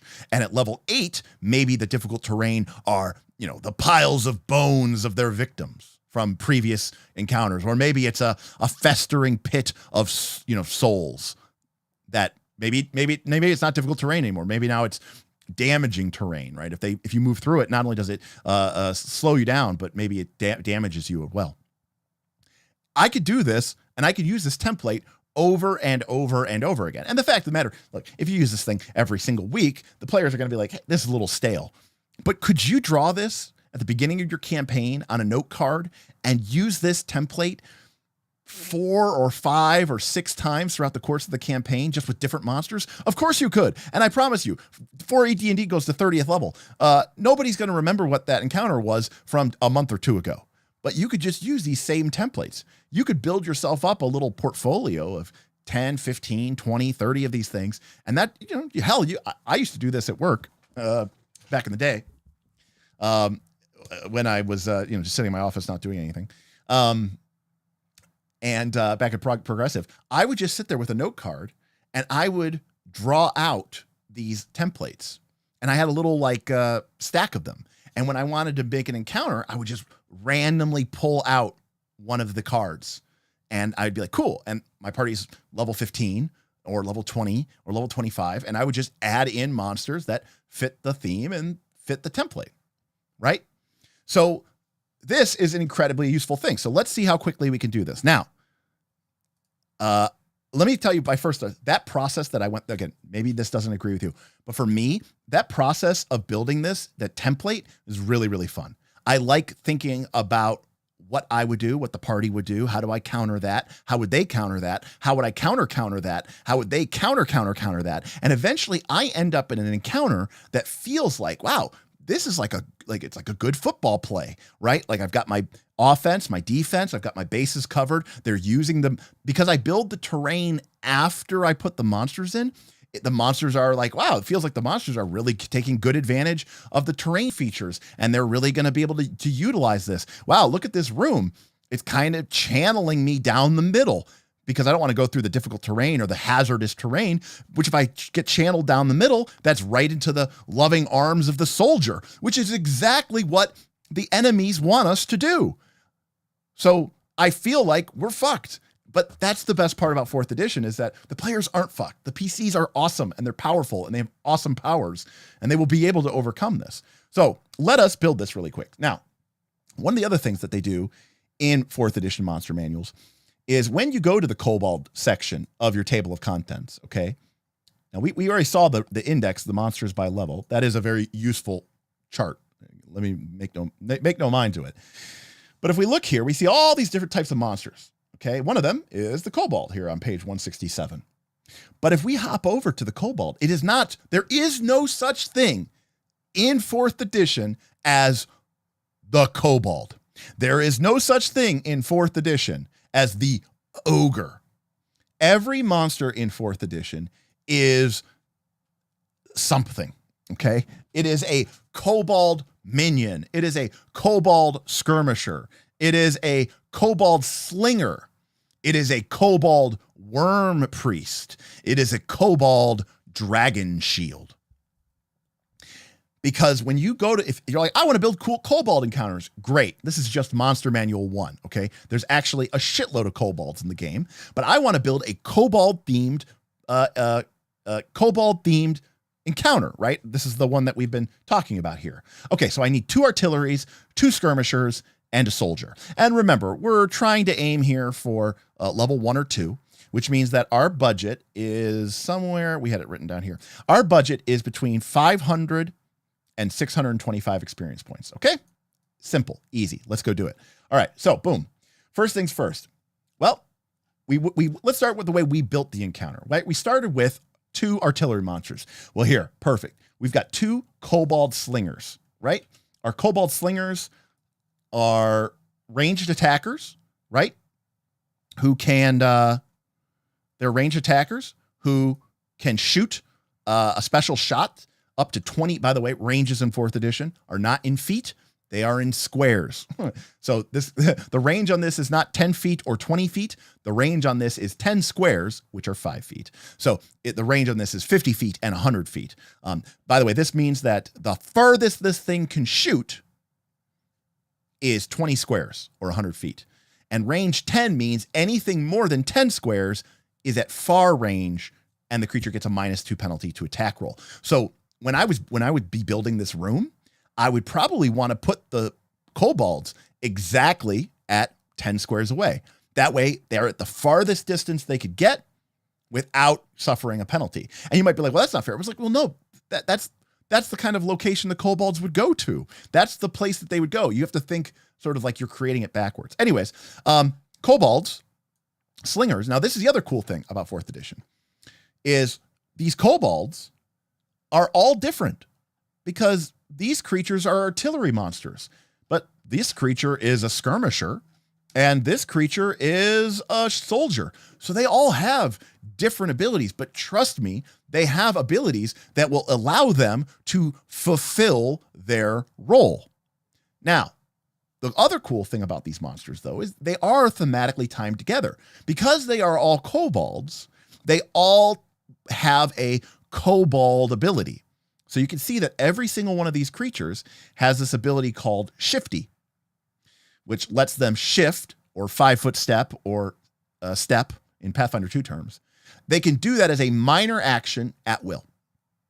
Normally, shifting, taking a 5-foot step, is your move action. So basically, you have to give up your entire movement in order to take 1 square of safe movement. It's just like any other D&D game, right?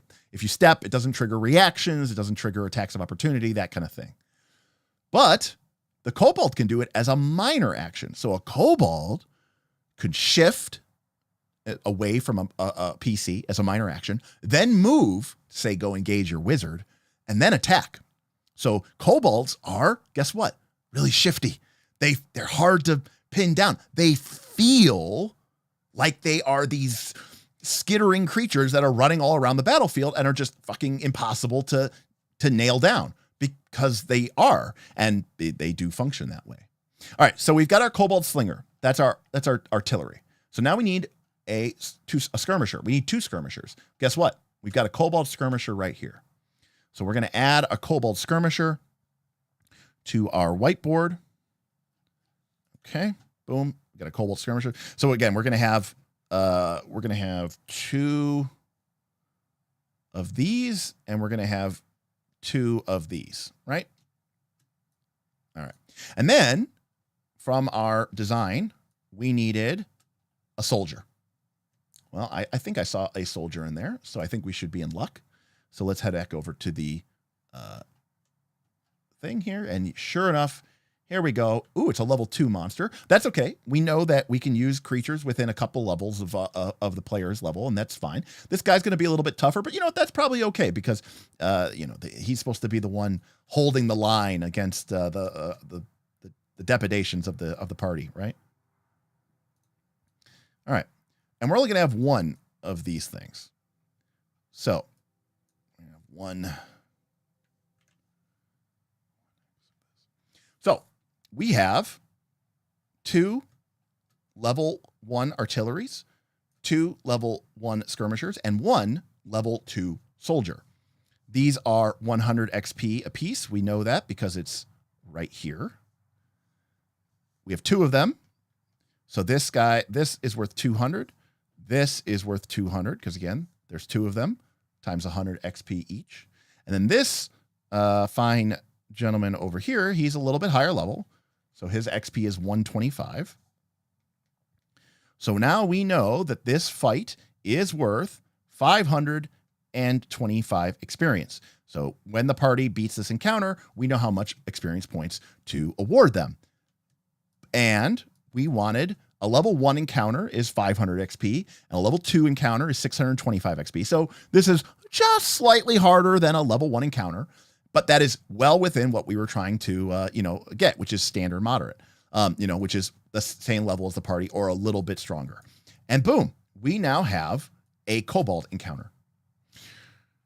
But we could have built that using completely different monsters, right? We could just go back and go over to the monsters by level, and we could put in 2 spire top drakes, and then we could put in 2 spitting drakes. This is going to be a little bit tougher of an encounter.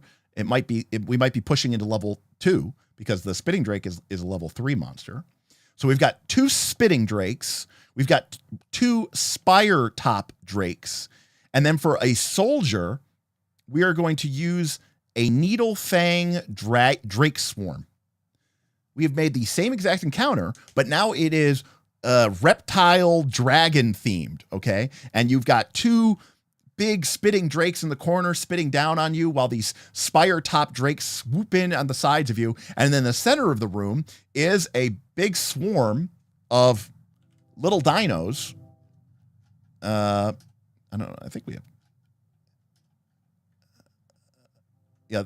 So this is that's the spire top drake.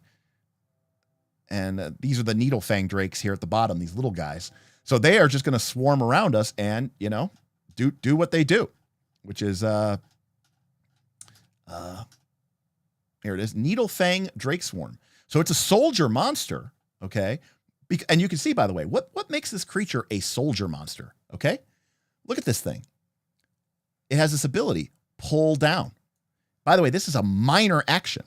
Just like PC, monsters get a standard, a move, and a minor. So the needle fang drake swarm, right, goes into the middle of goes and bases up the character it wants to pull down. It then uses a minor action, makes a fortitude attack, and it knocks the creature prone. You can imagine it's like Jurassic Park, right? Where all the little compies, are just swarming all over your legs and they're pulling, they're jumping onto your back and they pull you down. But then they can use their swarm of teeth ability, which does like double damage against a prone target. So this creature sets itself up to be really, really nasty. But not only that, that character is now prone. If they want to stand up on their turn, that is their action for movement, which means they're not going to be able to go engage our artillery monsters. Plus, because it's a swarm, these creatures take half damage from melee and range attacks. You really need AoEs to be able to properly deal with these. So you better hopefully have a controller or some sort of ability to do area of effect damage. Swarm means it has an aura. Anybody who starts its turn in the aura, it gets to make a free attack against you. So if it knocks you prone and you're next to it, and then it uses its swarm of teeth on you, when you start your turn, it will make another attack against you. It's brutal. It's brutal. These monsters don't play. This is actually a really overtuned monster. Let's see here. Let me see what else is going on in chat.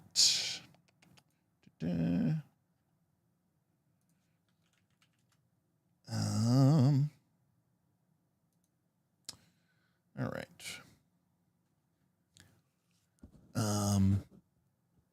Sorry, I'm just getting caught up here really quick here.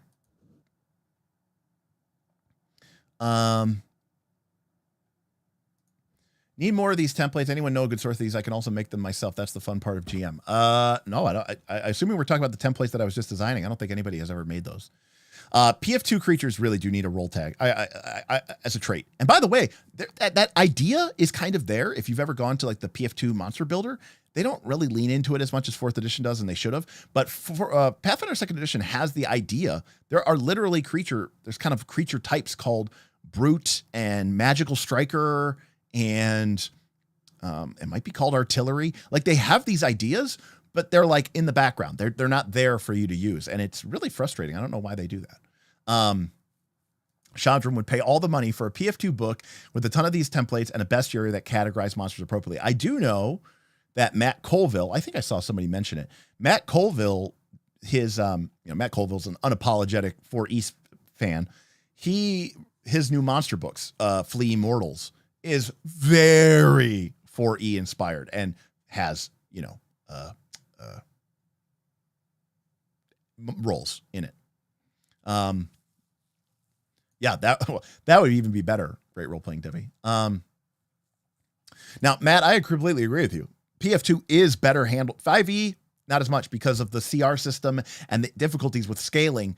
And again, I like that about 5e because when I'm playing 5e, I'm not trying to balance anything. I mean, I've said this before. I've run several 5e campaigns. I've run Sunless Citadel. I've run Sunless Citadel twice.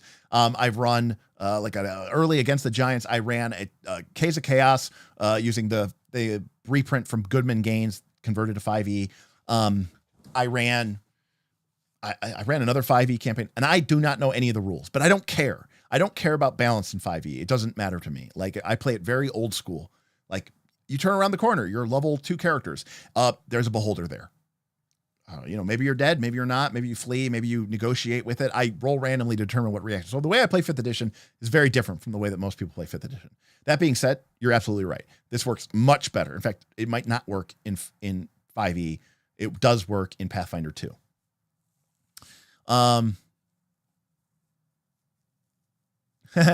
Yeah. Counting by fives is very hard for noobs, and I've been playing for 3 years, and it still takes me 1.5 twice as long to count squares, or to count in feet instead of squares. Well, squares is useful for a bunch of reasons. Number one, it doesn't matter if you're, use English or metric. It's just a square. A square can be whatever you want it to be, right? So for you, a square might be, 2 meters, but for me, it's 5 feet. But it doesn't matter. Everything in the game is in squares. So,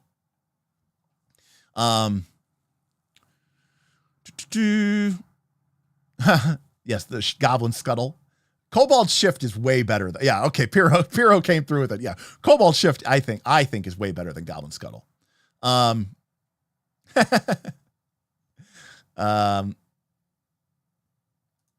That reptile theme fight would be 90% more memorable than any fight in any AP ever. I think that's a little bit of an over hyperbolic statement, but I do think it would be pretty cool. So great point, role playing. I completely agree with you. I completely agree with you that the creatures, like for example, here, let's go take a look. What am I doing here? Here we go. I need to go back to my PDF browser.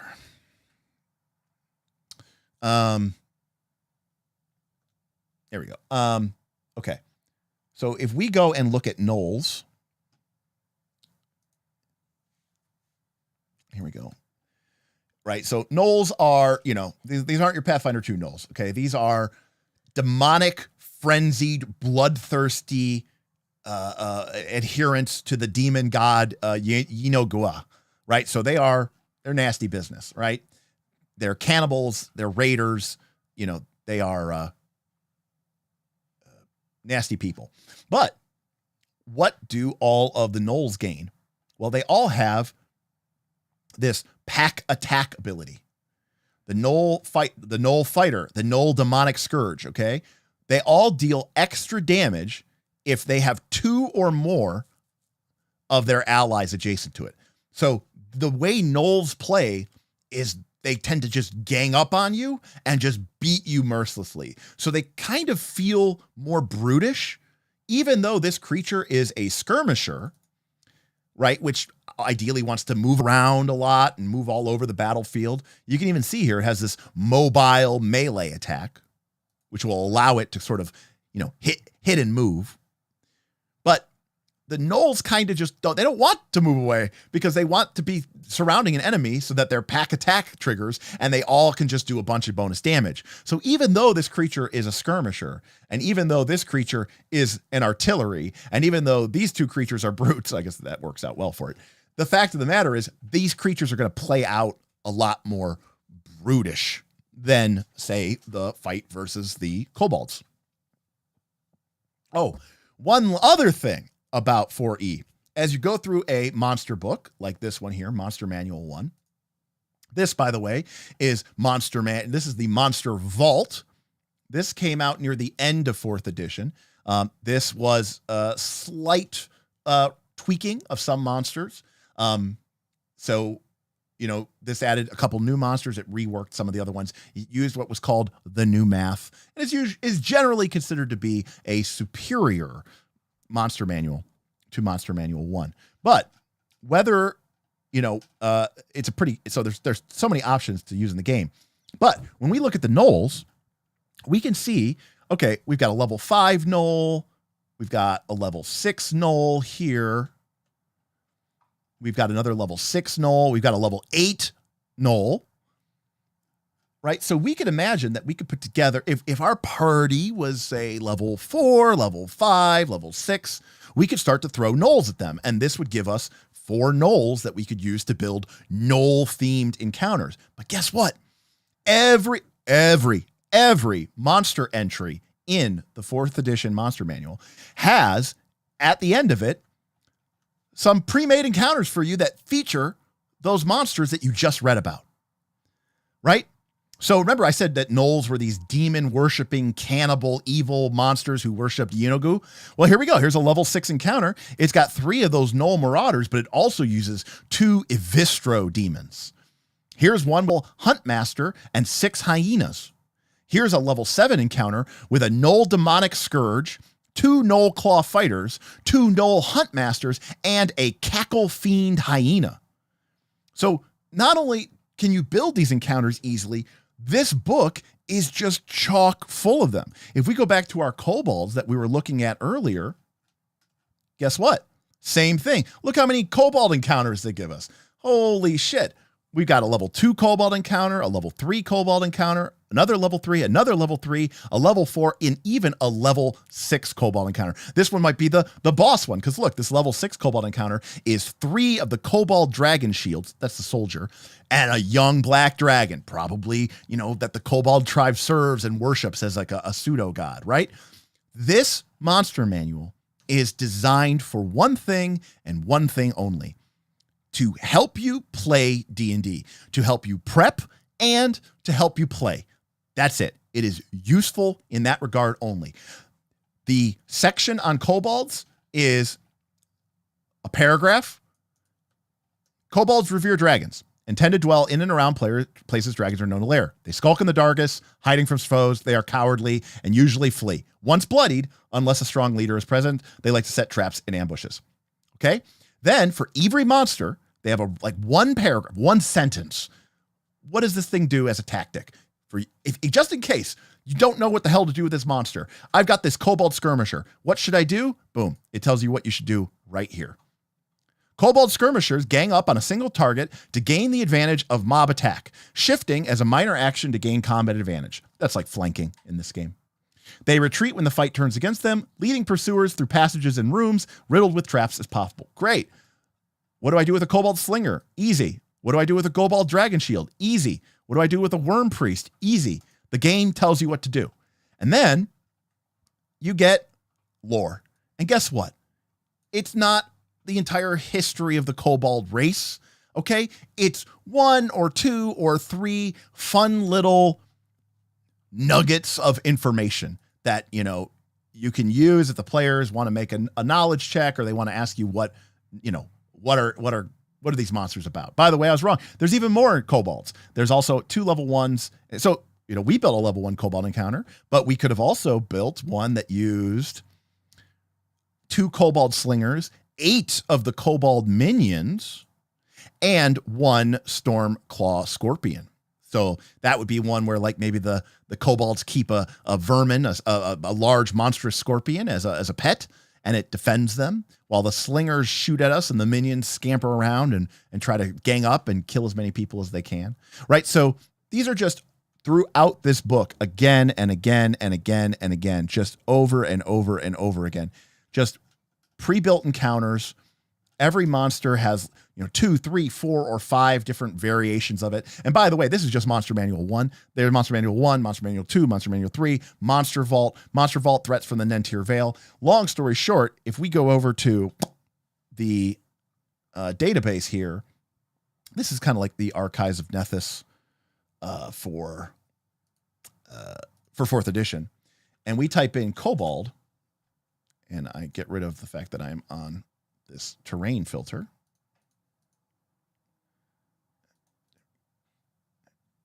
How do I clear this?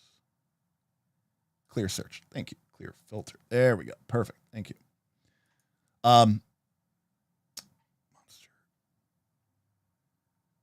This thing is really, it was really wanting it to be a trap. Okay, here we go. Kobold. So there are 32 results.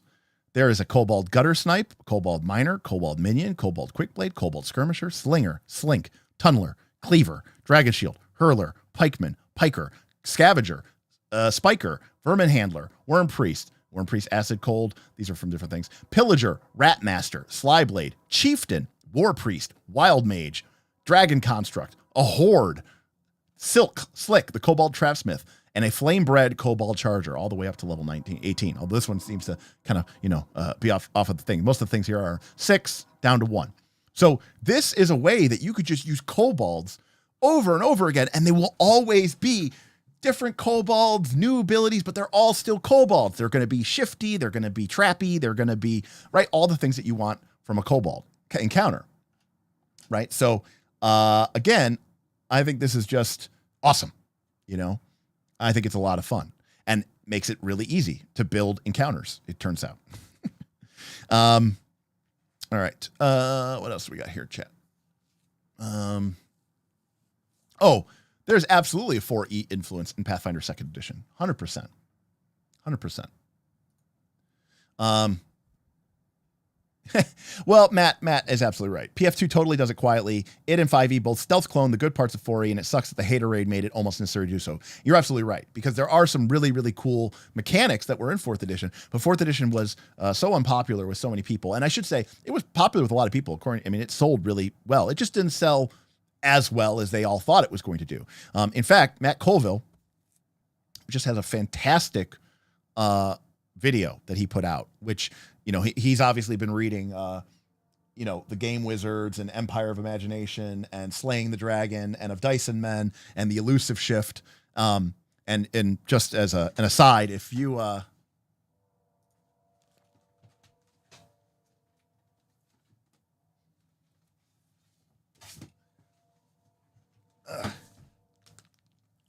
if you are interested at all in our hobby and interest, I would highly recommend that you read these books, because they are really, really, really good. And I think that they portray a really, really interesting look into the birth of our hobby and understand where, it kind of came from. But Matt Colville put out a great thing where he summarized a lot of what's in those books. But he talked about how 4th edition was the first edition of D&D to be made after it had been acquired by Hasbro. Wizards of the Coast bought TSR. Hasbro bought Wizards of the Coast. Hasbro is a publicly traded company. Wizards of the Coast before that was not. And so for the first time, D&D and Wizards of the Coast had to perform. And basically, as Matt Colville pointed out, and if you wanted to be a big boy brand, you had to do $100 million. If not, you got nothing. You got no support, no nothing. So 4th edition D&D, the plan was to make this into a $100 million brand. How? Digital Initiative. 4E had a big plan for Digital Initiative. 4E was going to be the first game with a fully integrated, web-supported virtual tabletop. Before Roll20, before all this stuff, 4E, that was part of their launch agenda, along with a subscription-based service that would allow you to build characters online and access all the rules and build encounters. Sound familiar? Yeah, it's like D&D Beyond. This was called D&D Insider. That did exist, and it was pretty awesome. And it was, I don't know how much, $5, $6, $7, $8 a month. It also gave you access to the digital issues of Dragon and Dungeon Magazine. The problem is there was a lot of problems, and like the lead designer of the VTT did like a murder-suicide, and so like that whole project fell apart. And as a result, the VTT was vaporware. It never materialized, and a lot of the hopes that were pinned on this edition kind of fell apart with it. It never became a $100 million brand. Wizards of the Coast basically said, we don't give a shit about it. And 4E was sort of relegated to the dumpster pile of history. So while it performed well, it just didn't perform at $100 million well. And thus one of the reasons why where we're at today with 5th edition. They want to get 5th edition they want to double it up. They want to make more money with it. So that's why they're going with this digital edition. Anyways, fantastic.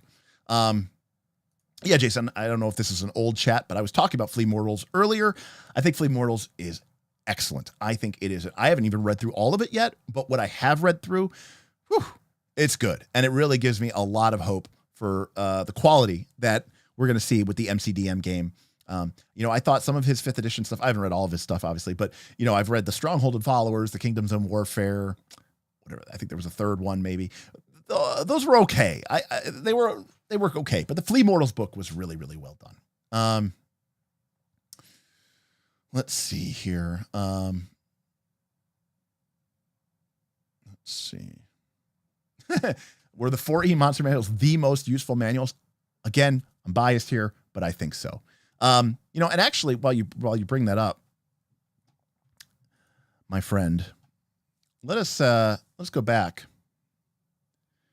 And let's take a look at this monster here. Here's our Kobold Slinger. Okay. Note the way that this is structured. Okay. You have the top bar, its hit points, armor class, and defenses very up front, speed, everything up here, really up front. Then everything that is a standard action is under this green heading. Everything that is a minor action is under this heading. Okay. Note that things like its strength and its con and its dex and its wisdom are and what its alignment is, what its languages are, what its equipment is, that shit is at the bottom.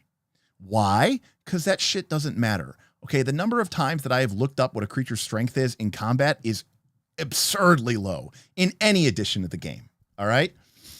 Now, so when I want to know what this creature can do, all I have to do is go, okay, cool. It's a standard action. It's a minor action. But then even outside of that, we have these big at bold. How often can it use this power? Is it at will? Is it once an encounter? Is it somewhat limited? This can only be used 3 times per encounter. Look at the little symbols. A bow means that it's a ranged attack. Okay. Now you can read right here that it says attack ranged 20. So we know that it's a ranged attack. You can see that the dagger is inside, has a little sword symbol or a little dagger symbol. And of course we could read right here that it says attack melee 1, which means a creature within 1 square. But the symbols let us quickly know, yep, okay, this is a ranged attack. Oh, this is a ranged attack. This is a melee attack. We know all these things very, very quickly. Here's a Kobold Quickblade. It has 3 different types of actions it can take. It can take a standard action to do as a short sword attack. It can use a move action to use fleet feet. Of course, it could also just move normally. And it can also have the minor action Shifty. By the way, this guy's a bad motherfucker. Okay, Shifty, remember you get these 3 actions each turn. Standard, move, minor. So the Kobold Quickblade, right, it gets engaged by a tank or defender. It uses its minor action to shift a square. So now it's shifted away. But maybe that fighter's got a reach weapon or maybe there's some other PCs in the way.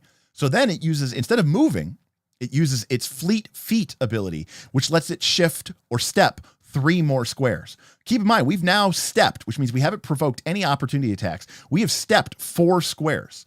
Then it gets next to our wizard or our cleric or our, rogue.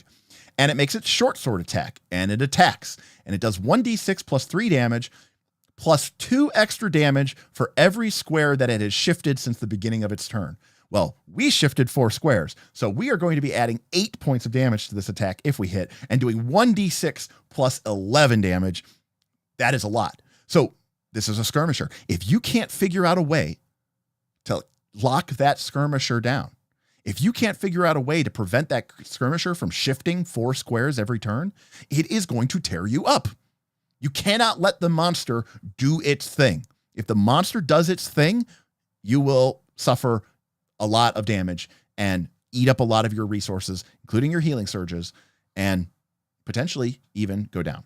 So it's just a very cool, very supportive, very easy to use system.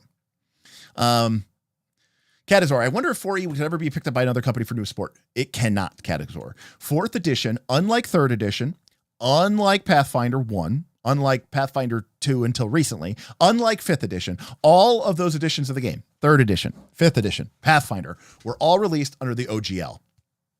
The GSL is what 4th edition was released under, Game Systems License, and it fucking sucks. It is not open. There is no SRD. You are legally not allowed to use these. All of these game mechanics are copyright copywritten, and you cannot use them and without express permission. And Wizard of the Coast seems determined to just bury 4th edition as deep as they can. So unfortunately, we have to do it ourselves.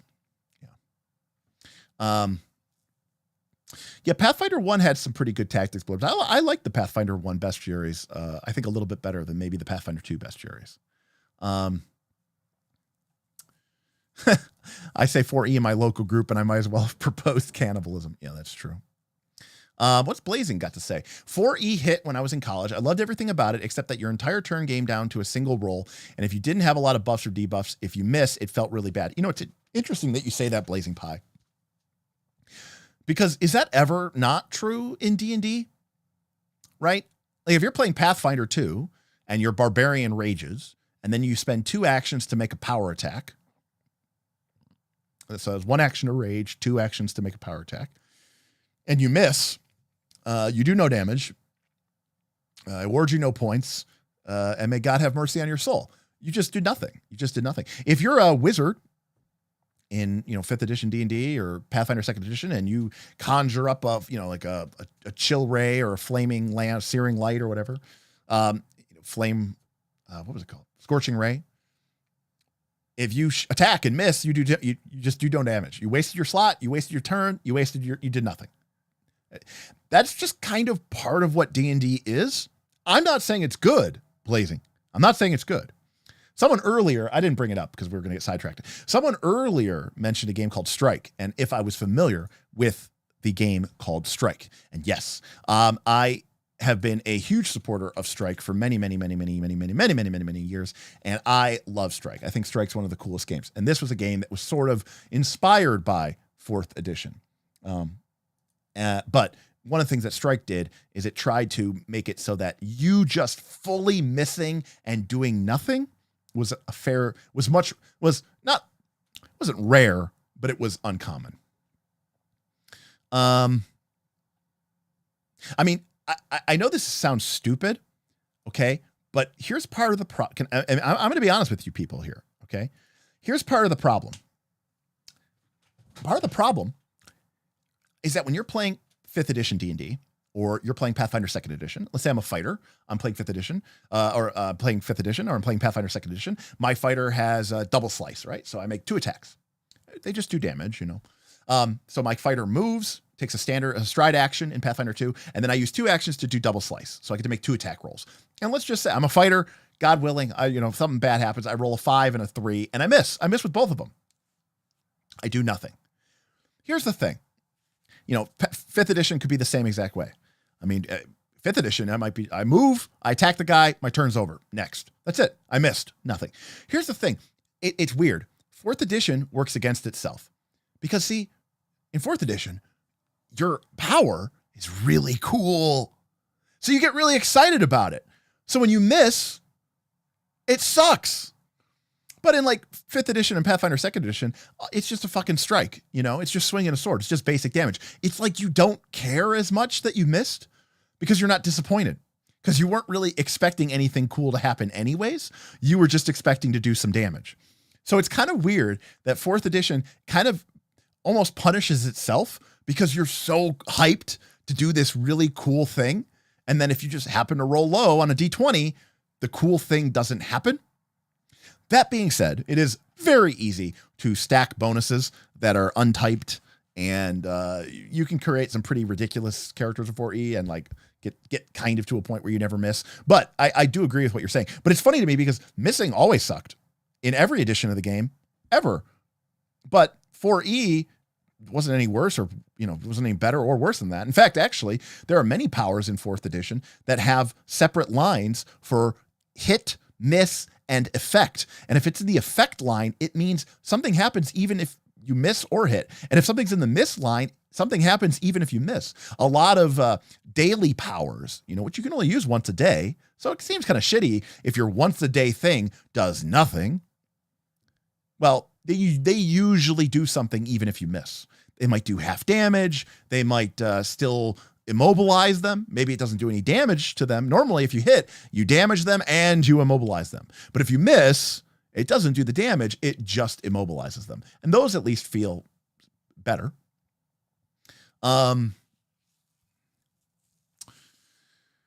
Ayush, as someone new to 4E, what books should I pick up to run a game? My advice would be Player's Handbook 1, the Dungeon Master's Guide, the Monster Vault. I'm looking behind me.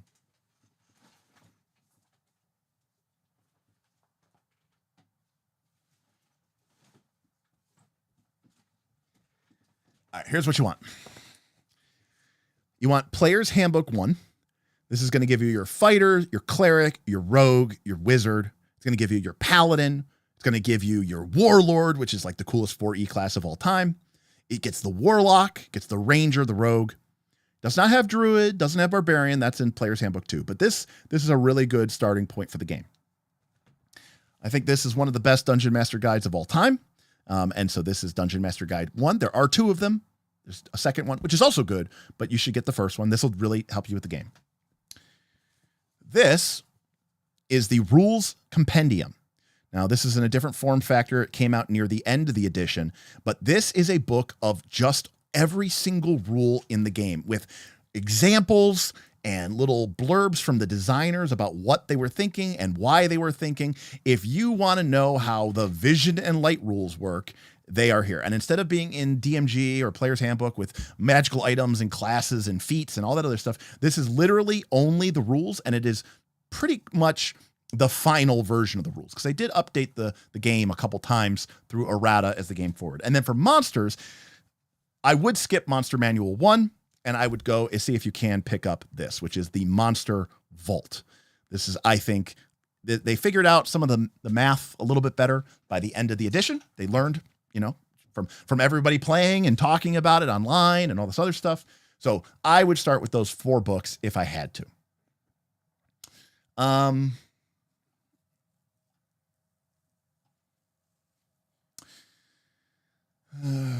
mean, it's past 9 o'clock, so I guess we're into the bonus hour. Catazor said, why doesn't Derek like the remastered? And what I assume you're talking about is the Essentials book.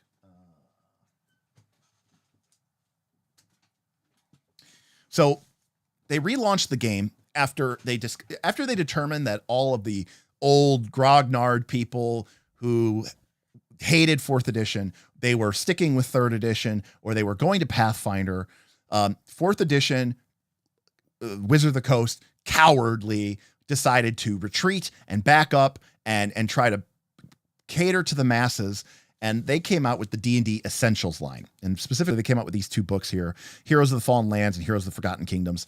They kind of remade the game to kind of get rid of powers, because they wanted to appeal to people who are like, I don't want my fighter to be able to just do anything cool. I want my fighter to just swing a sword.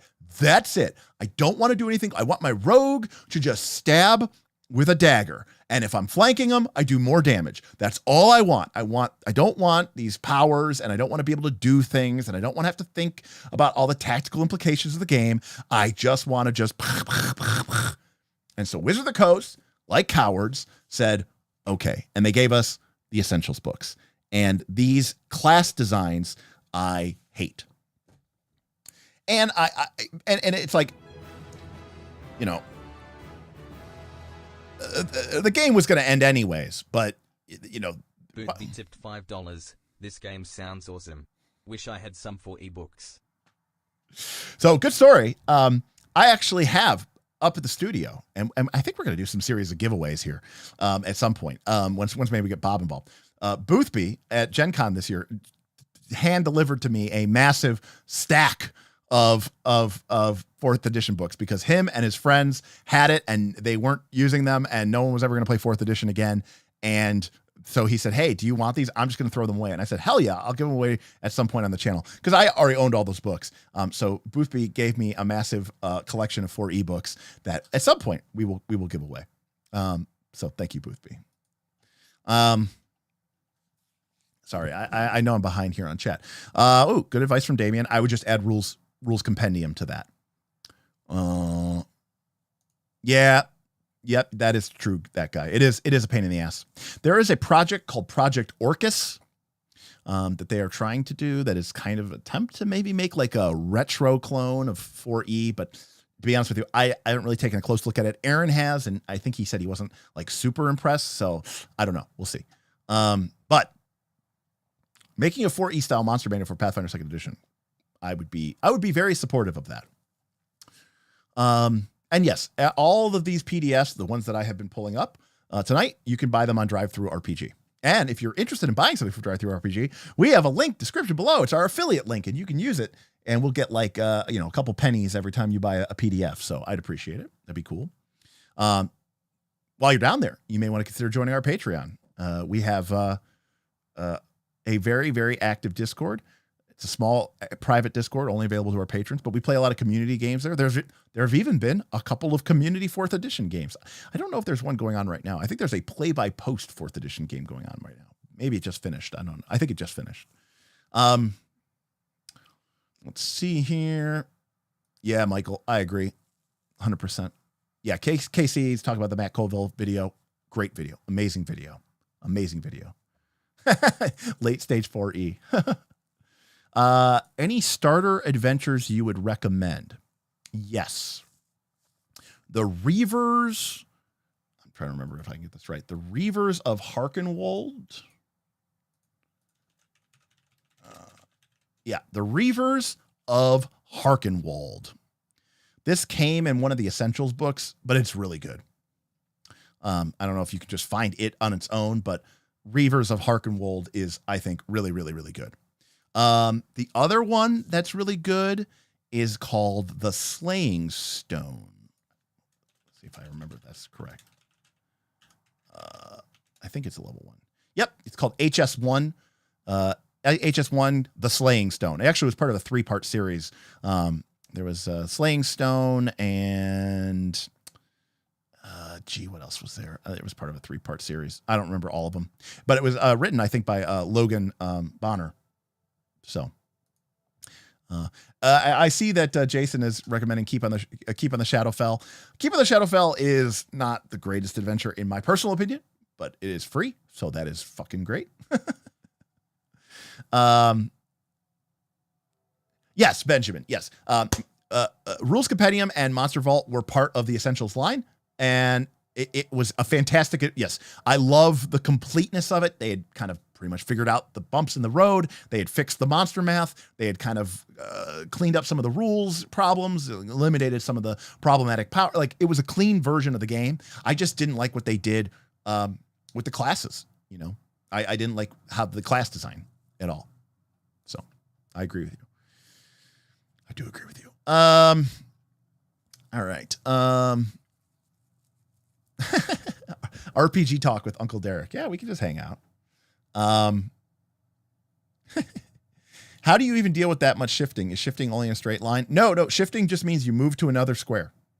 Also, by the way, another crazy thing which boggles people's minds, in 4th edition, you don't count the second diagonal as 2.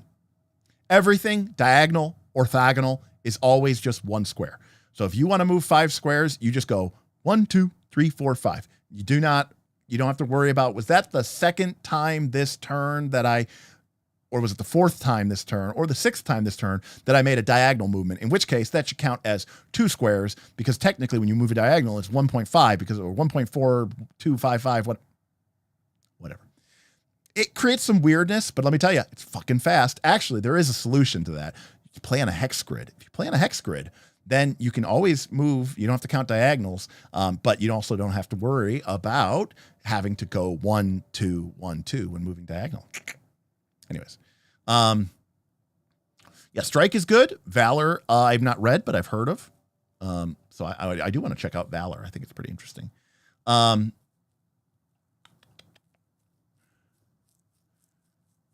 see here. Design-wise, I like that 4E differentiates its monsters to the same way that it differentiates classes. I agree. The fighter class is a defender, but it's also sort of a striker. Kobolds are like the skirmish version. Yeah, that's very true. In fact, one of the things that Aaron and I always kind of talk about with 4th edition is a class is composed of 2 things in 4th edition, a player class, right? You have the role, and then you have the power source. And so the role might be defender, but the power source could be that you're a martial character. In this case, a martial defender is the fighter. And in our experience, all of the martial characters, the warlord, the fighter, The rogue and the ranger, obviously, because they are strikers, all kind of are strikery. They all kind of do pretty good damage. Whereas if you look at the divine classes, they tend to be a little bit more supporty and a little bit more healing. So the divine defender is the paladin, and they don't hit as hard as the fighter, but they've got lay on hands and grant people saving throws, and like they can protect their allies a lot better in a magical sense, especially with the healing, than a fighter ever could. So the power source of each class flavors how you approach that role. And so it works out that a paladin and a fighter are both defenders, and they will both do the job of defending, and they will both, but they do it in a different way, and they bring a different set of classes abilities to the game. The paladin is in a pinch kind of a healer. The fighter in a pinch is not a healer, but he can do some damage. He can do some deeps. So that's where it's, there's a really interesting component to the party composition of the game as well. It could be worse than missing. In Forge of the Dark, you not only miss, but the GM gets to make a move against you. Yeah, but to be clear, Michael Horton, the GM doesn't get turns in Forge in the Dark or in Powered by the Apocalypse. So the only way that the GM really gets to go is if you miss. So in theory, in Blades of the Dark or GM, if everybody keeps rolling 6, 6, 6, 6, 6, 6, 6, or 10 plus 10 plus 10 plus 10 plus 10, the GM will like never get to go. So, pros and cons. And I also agree, of course, with Great Role Playing Debbie, which is I'd still rather something happen than nothing happen. Let's see here. Maybe. I mean, if you have a group that doesn't have strikers, that doesn't do, like if everyone's like, we're just going to make characters. It's like, what are you? It's like, well, I'm a defender and you're a defender and you're a defender and you're a leader and you're a controller. And like, there's not a single character in the party that does damage. Yep. Combat might take a long time because you're just not doing enough damage. That is the case of it. So that is a potential problem. Second problem is that the early monster math was a little bloated on hit points, and by the end of the edition, they had figured that out, and monsters' hit point totals were a little bit lower, so it usually shaved about a round and a half off of the combats, which is obviously a lot. Also, people just got to know their shit. If you've got a group, I mean, I feel this way about Pathfinder 2nd Edition as well. I don't want to play Pathfinder 2nd Edition with people who don't know what they're doing, because it's just going to take too long. It's a complicated game. Maybe not level 1, but by the time your character is like level 5, 7, in either of these editions, Pathfinder or 2 or 4E, it's like you got a lot of options on your sheet. You gotta kind of know what you're doing. You got to pay attention to when it's not your turn, you still have to be paying attention. That is a big ask for a lot of people. Especially, we all know this is true, especially if you are playing remotely, right? If you're playing VTT without cameras, without webcams, okay, and I take my turn, or your player takes your turn, and then they're done. Like, we all know that we're all GMs here, right? Most of us are GMs here. We know that there is like a 95% chance that player has just hopped over to Facebook or Reddit or TikTok or Pornhub, right? Or Steam. Like, the fact that, and you don't know. I mean, and they're not paying attention to your game. They're just not paying attention to your game. I mean, when I used to play Abomination Vaults we played over Foundry during the pandemic, Bob would literally be doing a puzzle, not like a virtual puzzle, like a real puzzle. Like, he's at his table with his laptop playing Abomination Vaults with us. And then when his turn was done, he would go back and start building his puzzle. Like, he wasn't even like embarrassed to say this. When we were like, Bob, what the hell is going on? He's like, oh, I'm doing a puzzle. And we're like, what the fuck is wrong with you? So, and this is my good buddy. Some of you are playing with like internet strangers. So you're in a really shit position. There's a lot of reasons I don't like virtual tabletops, and that is one of them. Let's see here. That is correct, Enders. The license is still pretty much locked up. It is pretty much unavailable. Yeah, there are also a lot of really great dungeons and adventures that came out for 4E in Dungeon Magazine, which I think is also available, if you find the PDFs. They also did basically a precursor to what we now know as D&D Adventure League. It was called, I don't remember what it was called, but it was like Dungeons and Dragons organized play. And they had some really cool adventures and dungeons that they printed for that, or adventures and dungeons they printed for that. Too bad no giveaways for EU. The shipping costs will get you. You know, Catazor, we love to throw away money on this. Catazor, I don't know if you're aware of what we do in this channel, but we will throw away money in ridiculous ways, okay? Trust me, shipping to EU is the least of the things that I've ever done that has been wasteful in this. Yeah, diagonals are just a pain in the ass in every edition. It's not too bad if you're only moving at a diagonal, but like if you move one diagonal and then you're moving orthogonally and then you move another diagonal and you have to remember that you already moved one diagonal earlier in the turn, that's where it's really tricky. I've decided you don't have to work tomorrow, so you can just stay up streaming all night. No, that is not true. I do have to work tomorrow. Does playing on a hex grid work for Pathfinder 2nd Edition? Maybe. I don't want to get into the hex grid, but maybe is what I would say. Yeah, that's one way to do it.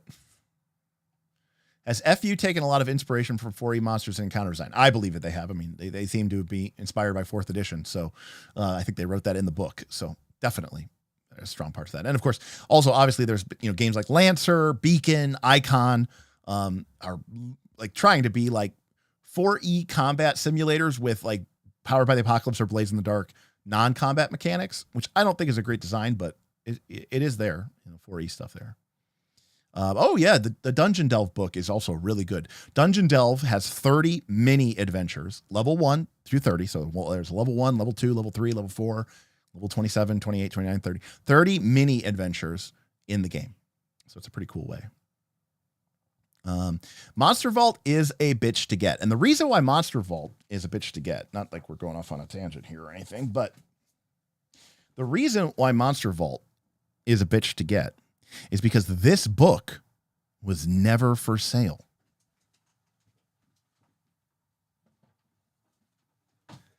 Monster Vault is actually this. This is the Monster Vault. The Monster Vault was a boxed set that contains an adventure and a bunch of pop-out tokens for every monster in this book. So this book came in the box. And so, that's what makes it kind of hard to find. Or it can make it hard. So that is a problem. Let's see. Benjamin, why am I even here? Benjamin's just, I don't even need to be here. I can go. I'll just let Benjamin run the stream. Yet you play PF2 with Bob. Listen, I the kids love him. I don't know what to say. I've dealt with this as being the GM, but I've also been one to totally break out the Nintendo Switch in the middle of a combat. Yeah, that's not something I'm good with, Trying to get people to pay attention on VTT is nigh impossible. It's worse when you can see them playing a game in Steam while also in Roll20. Oh, there's plenty of horror stories where people talk about this and we're like, they're like, yeah, they're like, I see on Steam that they're literally playing a game. It doesn't have to be virtual, by the way, people. Up at my local game store, there is, they do Pathfinder Society and they also do D&D Adventure League. And in both D&D and Pathfinder Society, I will see the GM, the sort of beleaguered, whatever they're called, venture captain or whatever. And they're always running for a table that has because they don't want to turn anybody away. So 7 people showed up, 8 people showed up. Great. We're playing Pathfinder with 8 people. And most people these days have a laptop or a tablet that they are using to run their character off of, certainly with D&D. And I have seen in D&D that, you've got this table, they've put 2, tables together. There's 8 people. They're playing something from, Adventure League. And this person's in person and they have a laptop. They're on the other side of and they're playing WoW. they're in person and they're playing WoW, or they're playing like World of Tanks or something. You know what I mean? Like I was like, that GM has, way more self-control than I do. I would shut that person's laptop and I would say, you need to leave right now. Never play with me again.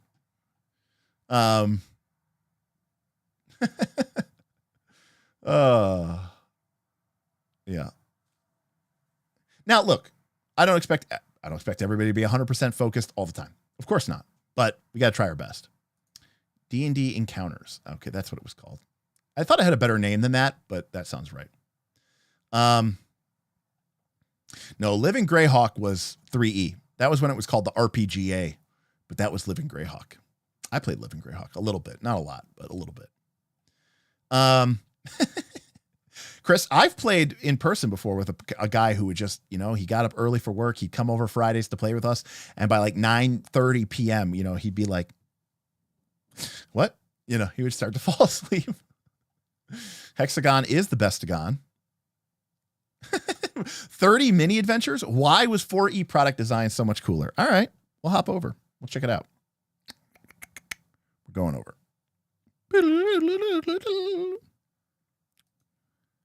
All right. Let me bring up. What was that in?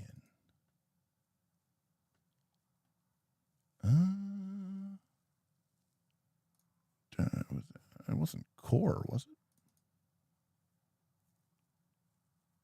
No. Supplement. There we go. It's got to be a supplement. Boom. All right, so this is Dungeon Delve. And there are 30 mini adventures.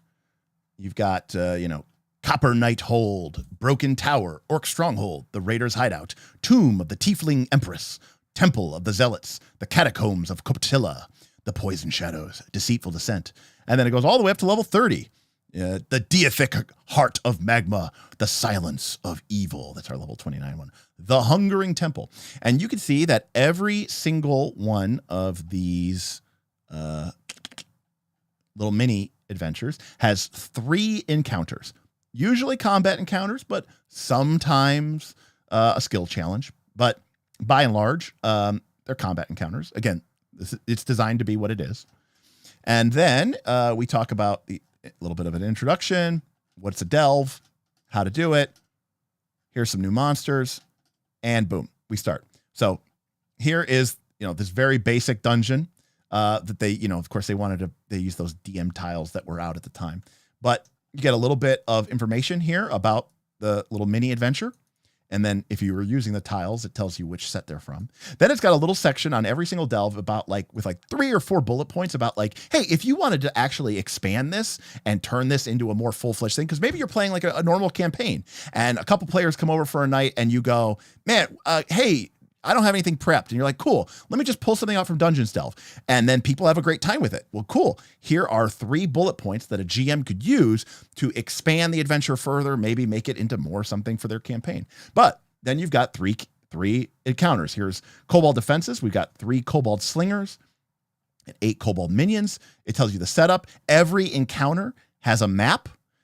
Okay, it shows you where the Kobold Minions are with an M. It shows you where the Kobold Slingers are with an S. You've got a pit here in the middle. You've got stairs down to this recessed area. You've got some areas of difficult rocky terrain in the left and right corners.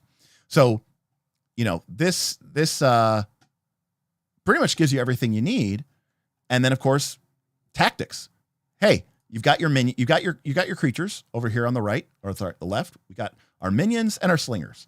Let me tell you something. You will never have to leave this page. Ever. It has the map. It has the tactics. Every single thing that these monsters can do is on their character sheet or on their little monster sheet. You will never have to look up an ability in the index. You will never have to look up a spell in the player's handbook. Everything that these creatures do is located here. And then there's some features of the area: the pit, the stairs, the rubble, the shaft. And you know what? It gives you some really quick stats and DCs and stuff for that stuff if the players want to interact with it. How high is it? Whatever. Everything you need is on this one page. And this is true even if we go to this level 16, the Eye of Flame. Days ago, a portal to the elemental chaos appeared near the PC's home city. Since then, it has grown into an enormous sinkhole that periodically belches forth fire and brimstone. The rip in reality threatens to overwhelm settlements and a nearby river unless someone ventures through and closes it from the other side. Okay? And boom, now we're fighting, helmed horrors and bone nagas and fire archon ash disciples and fire giants. And guess what? It's still on just, well, I say one page, but in the book, this would be a 2-page spread. The monsters get higher level. They get a little bit more complicated, but you're still just opening the book, right? It's a 2-page spread. You can see the map. You can see all the monster stats. You can see all the stuff that you need to know to play this. And again, without ever having run a fire giant before, you know that the fire giant is a soldier. That means its job is to get up close with people, get in their face, make it difficult for them to attack your other people in the party. Like, for example, you've got this fire archon ash disciple who could probably do a lot of damage. It's an artillery, but remember, this is a level 17 encounter, but the fire archon is level 20. That means this artillery is going to pack a punch. So the PCs are going to want to deal with this thing ASAP. But there's also a fire giant in here, and they are going to do their best to keep the PCs away from the archer, while the 3 this is a brutal fight. While 3 salamander archers also shoot at you. But these are lower level archers. Right? So now you've got this interesting question. Do we go after the lower level archers? Remember, this was encounter level 17. This means the party is probably level 17. Do we fight these easy monsters, or do we let them be, but they could do a lot of damage to us? Or do we go for the big monster, but then we're letting these 3 archers keep shooting at us? Anyways, tough fight. And then lastly, we get the final fight of it, which is Fire and Ash, a level 19 encounter, probably a hard one. And this has got some Azure warrior minions, right? Those are the flame dwarves, the Azures. We've got 3 of these fire giants. We've got a fire giant forge caller, and we have an air archon tempest blade. And here's our map. You notice that we've got terrain, we've got a table, we got a statue. Now again, this was all using the dungeon tile supplements that came out. So, they were, I don't want to say they were a little limited, but they were trying to give you something that if you went and bought the product, you could build this little battle mat using the tiles that came in those adventures. Anyways, it's an incredible product. It's really, really good. And it's a great way to kind of get your feet wet, at least with the combat. I mean, again, these are very basic. These are very straightforward. It's basically a series of fights. There's might be an occasional skill challenge, but it's not like a super in-depth and deep thing. All right, so we kind of got off on a little bit of a sidetrack there. Monster Vault with DM Kit is $70. That's a good deal, actually. DM Kit is what has that Reavers of Harkenwold in it.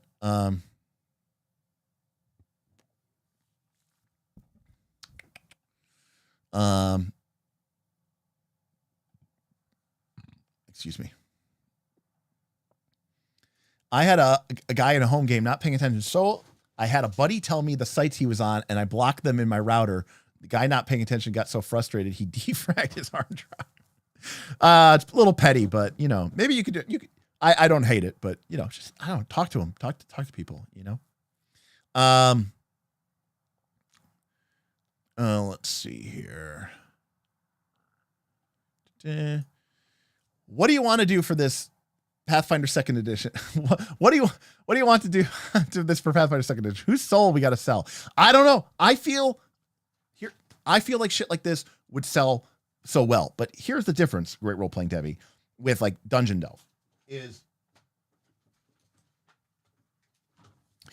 this book is good if you're running your own home campaign of 4th edition and you're making adventures. Maybe you're putting in adventures, you're buying some modules, you're taking something from Dungeon Magazine, right? You've got your own game and you're like, oh, I need, only a couple of my players showed up tonight. A couple guys were out. Let's just pick something really quick and simple, something we can knock out in one night. We'll have some cool fights. This is one of those Monster of the Week episodes. Like this isn't about the big story arcs and the villains that are really, driving our campaign. We just need something little. But the fact of the matter is that's not how people play campaigns anymore. Right now, people play campaigns. They go and they buy the campaign book. It's labeled as an adventure, but then it says an adventure for characters from levels 1 to 17. And you're like, that's not an adventure. That's a campaign. And adventure paths might as well, even though they sell them in 3 books or 6 books, they might as well just be one giant book that is really just an entire campaign. And so nowadays, people don't have that kind of, GMs don't have that kind of need to be like, oh, I need to fill some space in my campaign because the players went left and I thought they were going to go right. And, we need to sort of adjust. That need doesn't exist anymore, I mean, I, as a GM, I will tell you this straight up.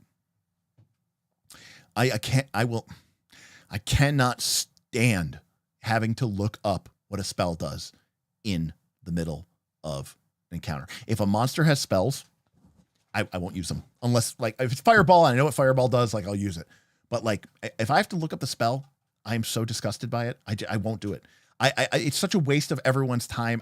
It's so frustrating. I can't stand it. I avoid using spellcasters in pretty much every edition of the game, except for 4th edition, because they don't use spells. They have an ability that sounds like a spell, but it's not actually a spell. So yeah, good stuff. So yeah, that is a lot about 4th edition, about monsters and design.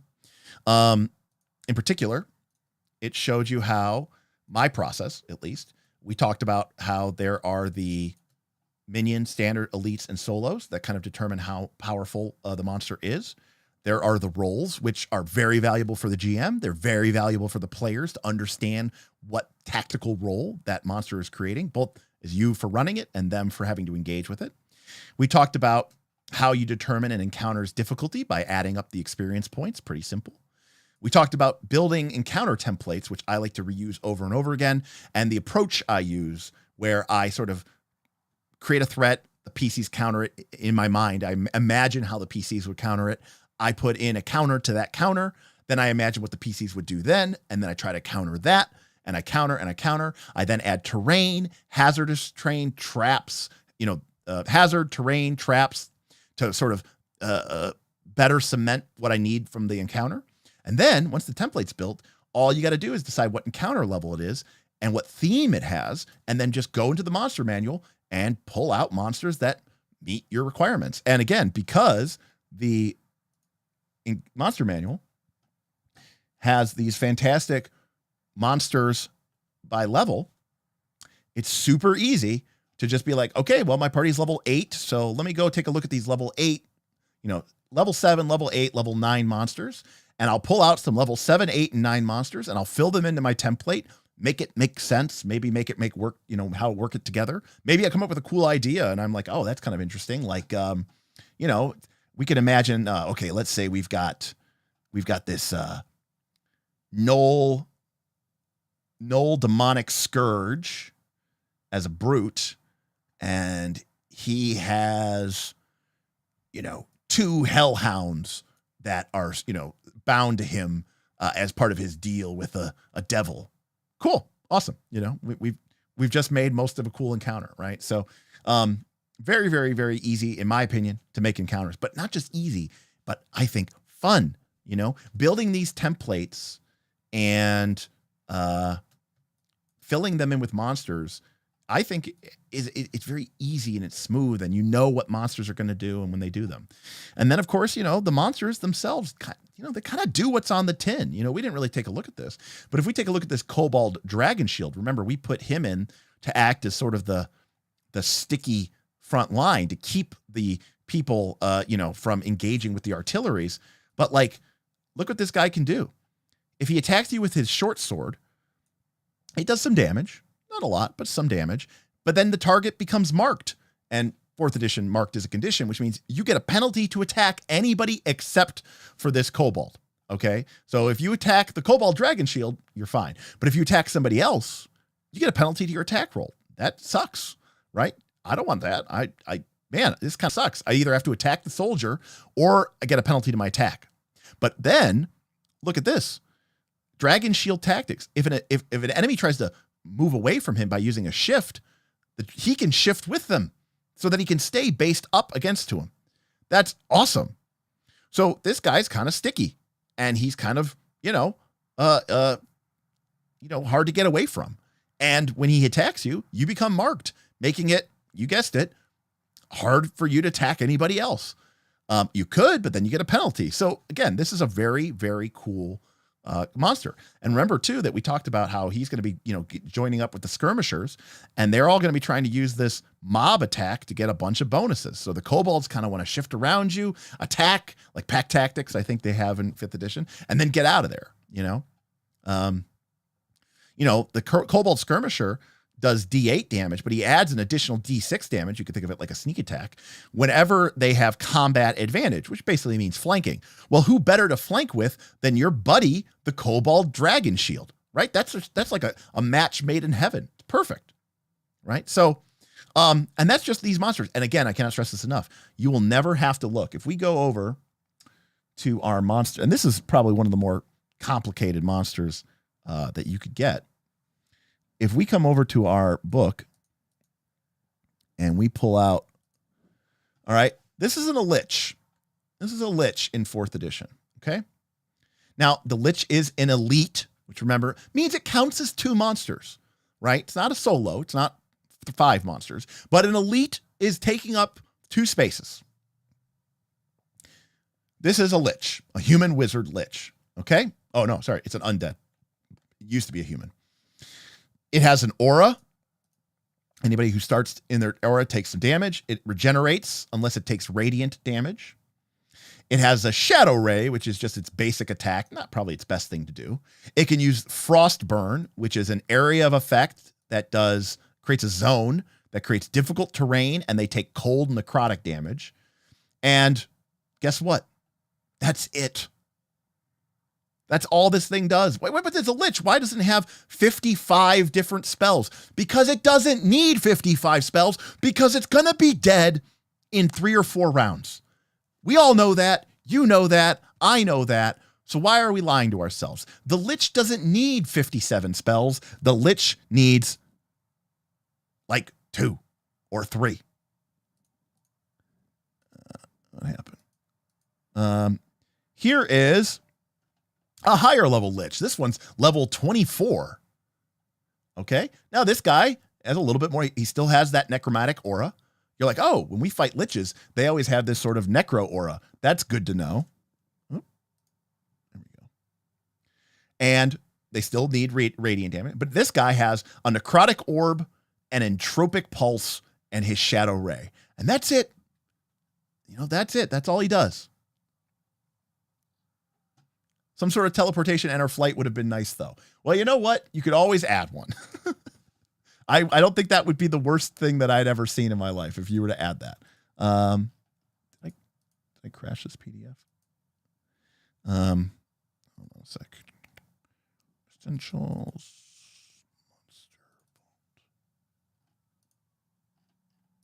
Weird.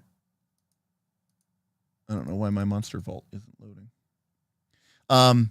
Anyways, long story short, it's a really, the monsters are so easy to run because, again, it's super easy to figure out what they do. You don't have to look up anything that they do.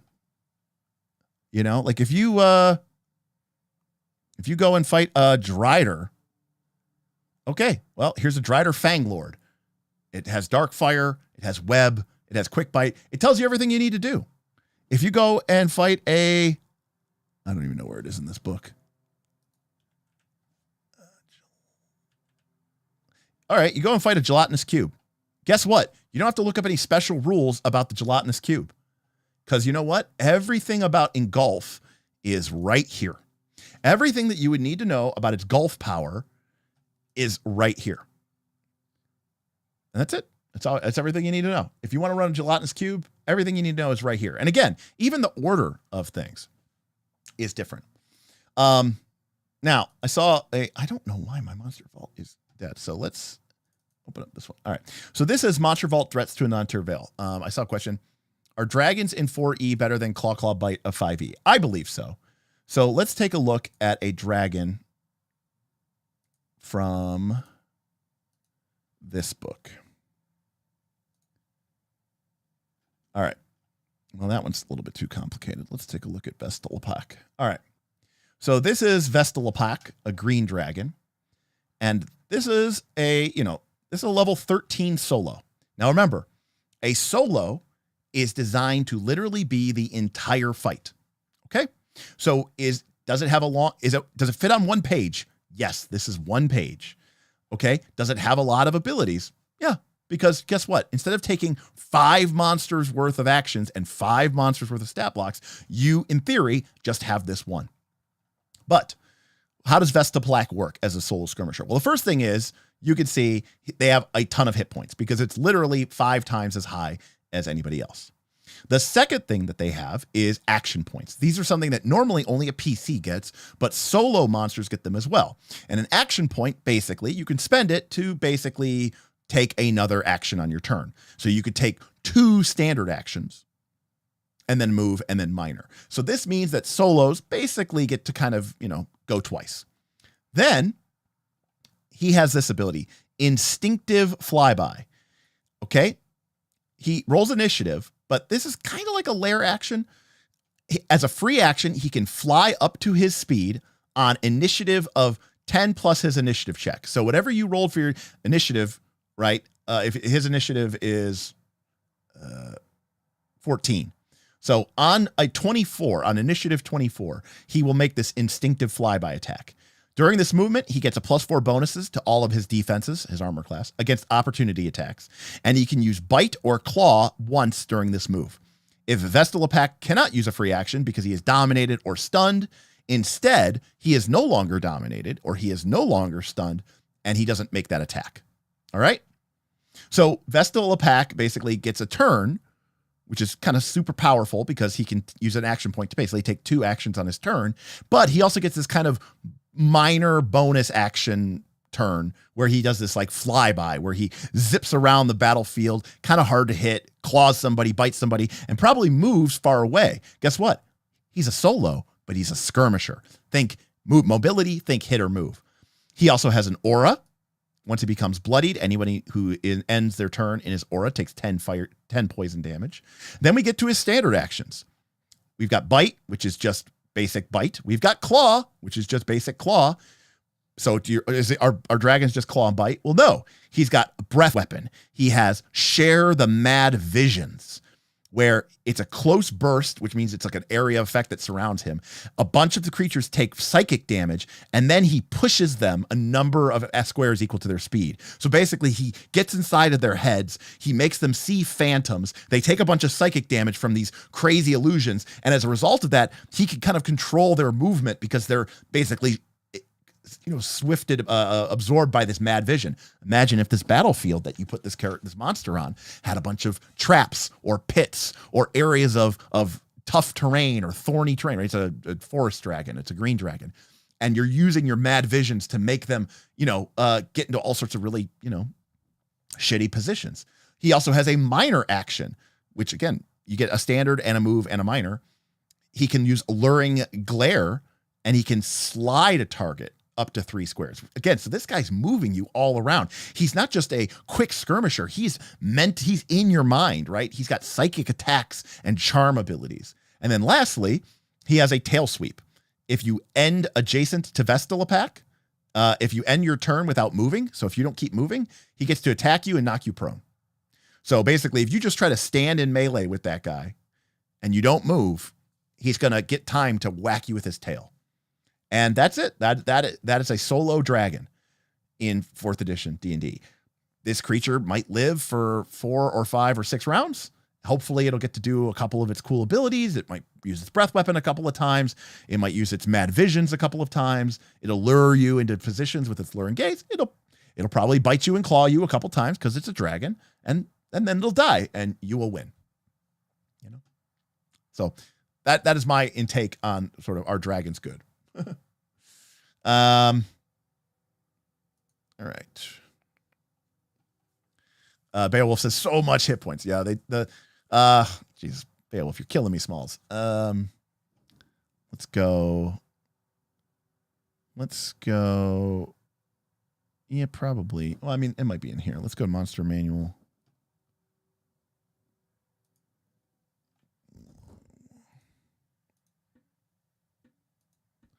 All right, so this is Orcus. A level 33. The game caps at 30, so you can imagine this guy's tough. This is Orcus, the demon prince of undead. He has 1,525 hit points.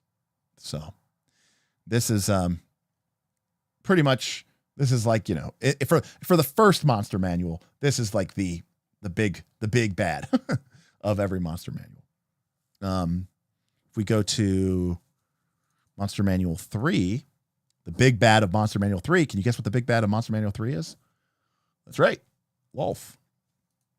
So there's Lolth, a level 35 solo lurker. Here's the cool thing about Lolth, though. You fight her as a solo lurker at 600, and she only has 634 hit points. Okay, but she has this triggered action called Form of the Spider Queen. Trigger, she drops to 0 hit points. Now, by the way, let's take a look at this. So we've got this creature. It's in the form of a drow.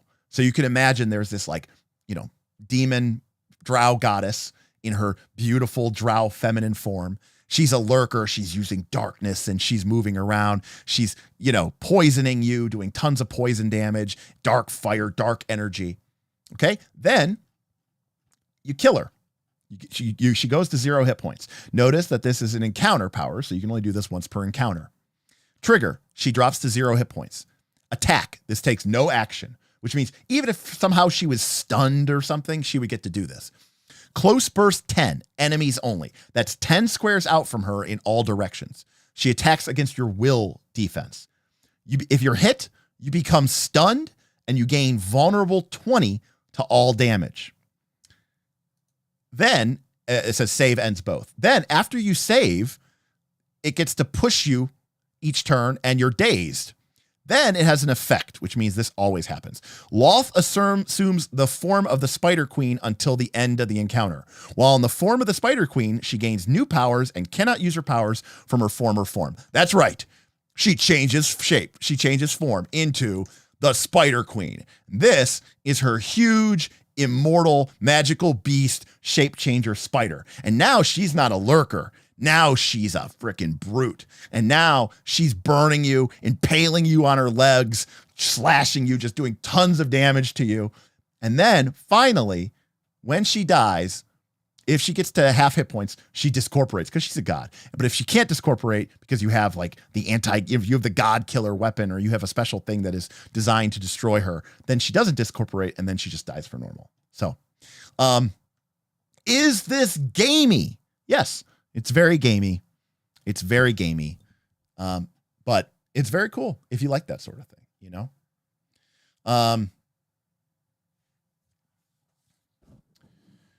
Let's see here. I even like the stat blocks more than Pathfinder 2nd Edition, although the action system of Pathfinder is easier. So I don't know if this is true in 5th Edition because I barely know how to play that game. But one thing that I think should be noted is in 4th Edition,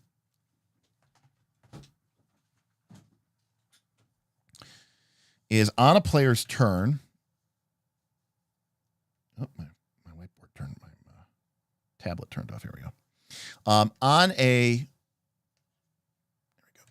a player's turn, you get a standard action, which is typically what you use your attacks, your big powers, your impressive stuff.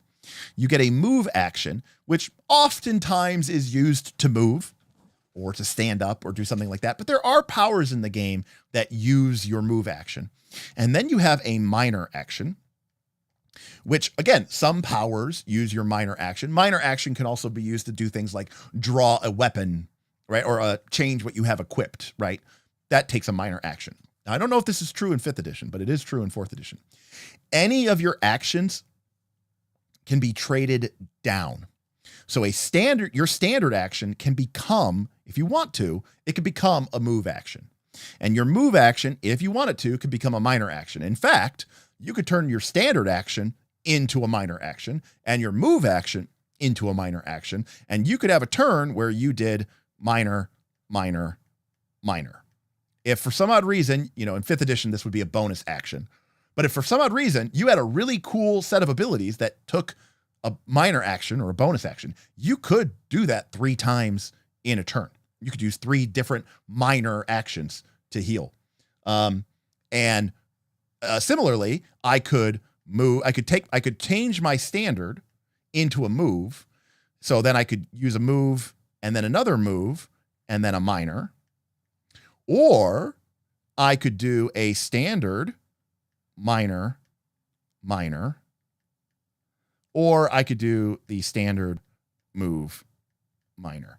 So there's really there's a lot of flexibility of what you can do with the actions. Now, of course, you can't go standard, standard, because that is really too powerful. And to be clear, by the way, in my personal opinion, you can't do this in Pathfinder 2 anyways, because in my personal opinion, like all the cool stuff that you do in Pathfinder 2, like spells or spell strike or double slice, right? Whatever, power attack, whatever.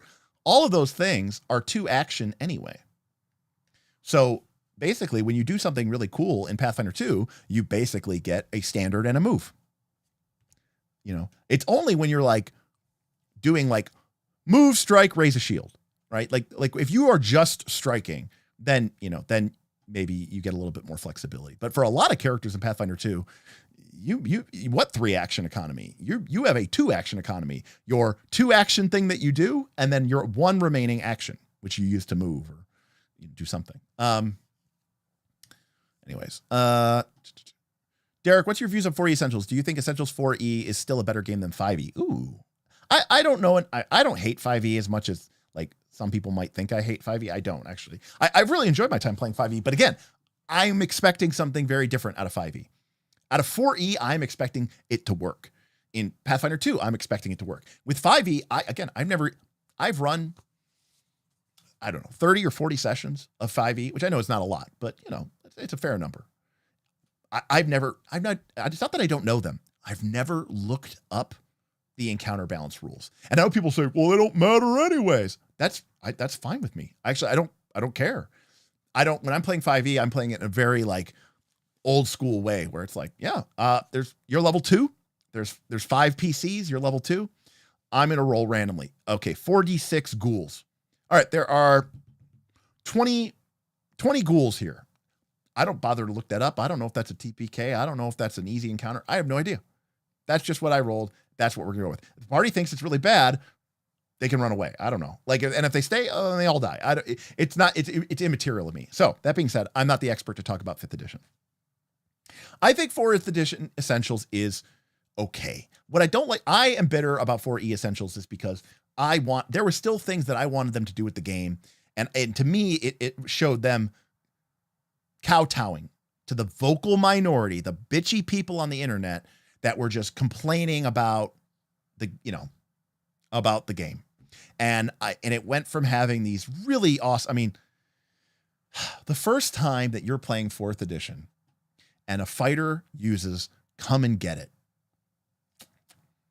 you will never want to play a fighter in like any other edition of a tabletop role-playing game ever again. It is incredible. It's amazing. And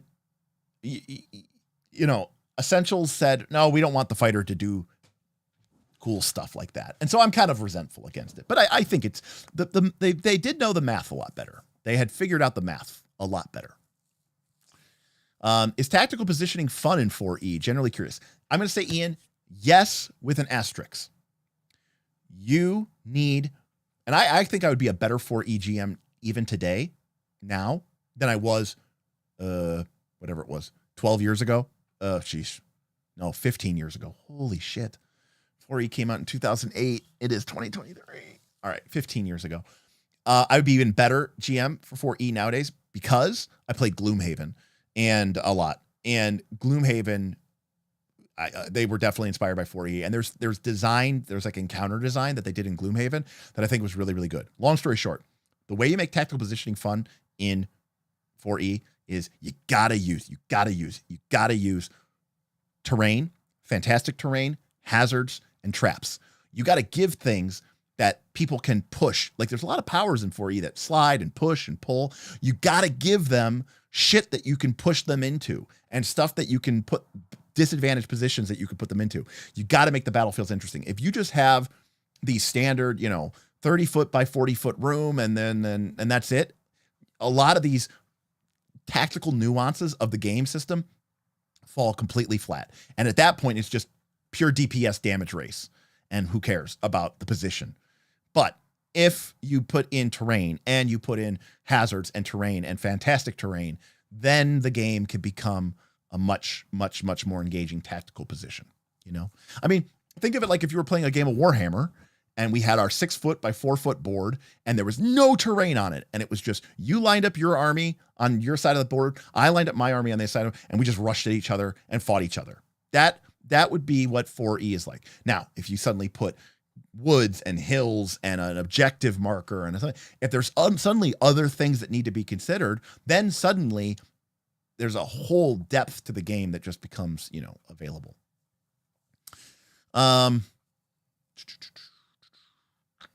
Dr. Urias says, what program is that? I don't, which program or to which program are you referring? Let's see. The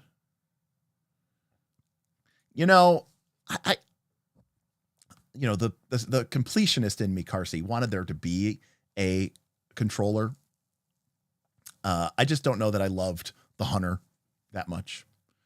Oh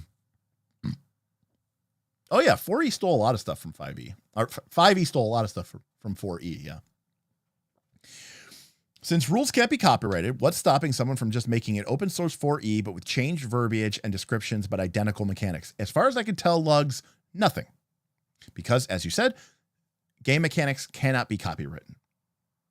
That being said, this is a little bit different than the OGL, right? Like in OGL, you could literally copy D&D's mechanics, but the OGL basically gave you permission to use a lot of stuff except for protected identity.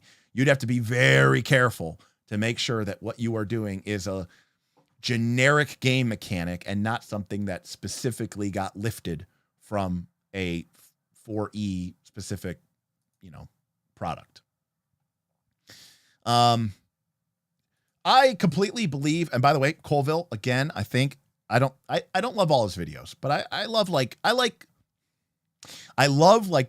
of his videos. And I like, 40, 50% of his videos. 30% of his videos, I think, where he's like basically being like, I want to be a writer and I think fudging is okay. Like, I'm not okay with those videos, but this is one of those videos I loved. And what he said is 5th edition succeeded. And this has been said a million times by a million different people. Colville is not the first person to say it. If I have a complaint about Colville, is Colville acts like he's the only person in the world who's figured this stuff out. Whereas like people have been talking about this on, message, like, I don't know, maybe just goes reads Reddit and then says, look at all these amazing things and presents it as if it's information that he himself has discovered. But he said 5th edition succeeded in spite of itself. And I was there. 4E had hanked, even if the sales used to be good, they were not good. Essentials did not save the line. Pathfinder was coming out. And while we've learned since that Pathfinder was never outsold 4th edition D&D, even the Paizo people have admitted that, like that was just like a rumor. The fact was it wasn't a good look, and 4E was dying. And I remember going to those very early playtests of 5th edition, right? When it was D&D Next, and they were having like at Winter Fantasy, and they had a couple other places around where it was like, you could play test it live, and it was just like a really early alpha, and like the team was bare bones, and there was like a vibe of like, this is going to be the last hurrah of Dungeons and Dragons. And it was kind of almost like a greatest hits tour. They were like, let's make an edition that is as universal as we can, that kind of goes back to the old group, the old crowd, and just, try to put this beloved game out to pasture, as well. And that was I was there in those conferences, and I was there at those play tests, and I could feel the vibe from the designers. Like, the ship was going down. And then Stranger Things and Critical Role happened, and 5e exploded in a way that I don't think they ever possibly imagined it would have. So, yeah, I mean, what an addition to do it with, right? What TTRPG folks call gamey is just cool to me at that point. Piro, I used to be the same way. Even sometimes during 4th edition, I would get really mad. I would get mad sometimes in 4th edition because I'd be like, that doesn't make any sense. It's got to make sense in the simulation. I need to make it make. And I've come to realize that, well, that's cool. And that is important. Verisimilitude, it's all good. At the same time, I want the game to just work. I want people to do awesome things and feel cool about it. And I don't care if I have to do a little, hand wavium to make it, okay and better for myself. You cannot turn a normal action to a bonus action in 5th edition. Huh. Interesting. Very dumb. Yeah, that is very dumb. Wow. Yeah, Lugs. I completely agree with Lugs here, as I tend to. I'd rather have more gamey than, hold on, let me read 5 paragraphs of text, nothing of which nothing has to do with the mechanics, but we'll obfuscate them nonetheless. And this is what 5e gives us. Right. You're like, I just want to know what this breath weapon does. And it's talking about the creature's mating habits and, what their lairs, what their favorite dishes are, its favorite color. And you're like, I'm fighting this thing. I don't need to know any of this stuff.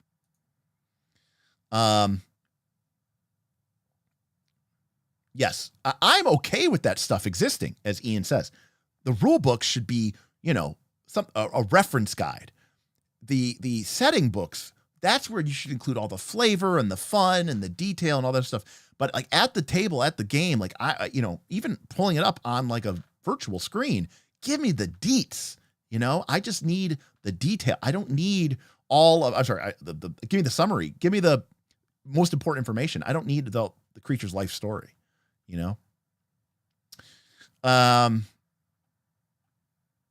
Let's see here. Yeah, the Patreon is definitely ramping up to run some 4E games. I'm even on the docket to run 4E games. We have our highest tier members, our Exalteds and our Legends, and other people who earn gold tickets. And one of the things that I'm going to do with my what people can do with gold tickets is I'm supposed to run a bunch of games for my patrons. And one of them that people wanted to have run is 4th edition. So we are going to be doing some 4th edition running. Maybe that'll be something we share on the channel, but definitely for the patrons, we'll get to, even if you don't get to play, you'll at least get to like watch and kind of talk about the game. So it's a good way to learn by observation. Awesome, Moonlit. Awesome. Hope you had a good session.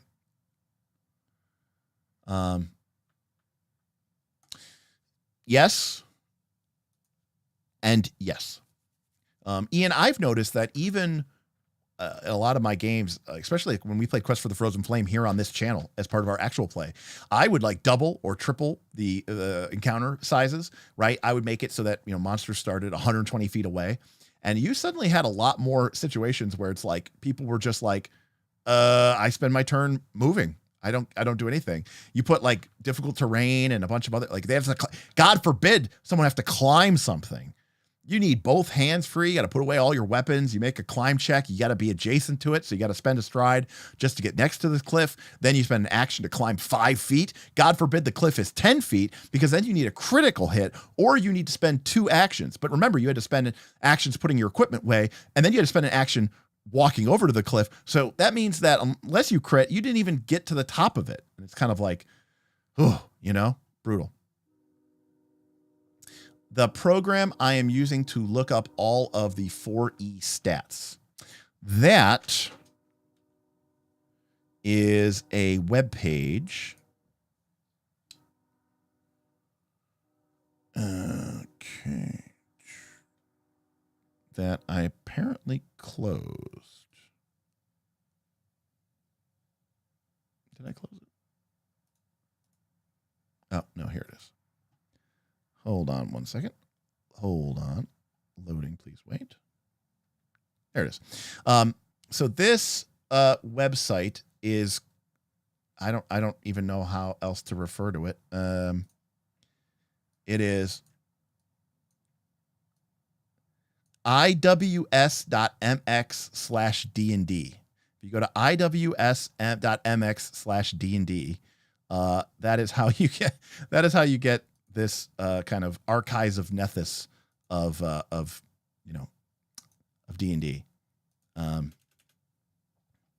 So yeah, I don't quite know everything about it, but again, it does have everything pretty much in the game.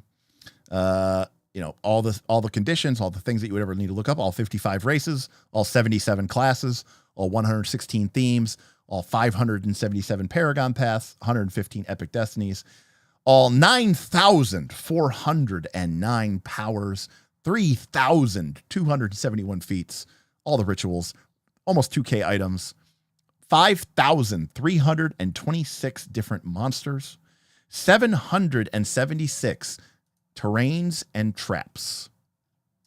So, by the way, like, 4th edition not only had like terrain, it had what they call fantastic terrain, which is actually a lot of fun. And the modules actually use this stuff.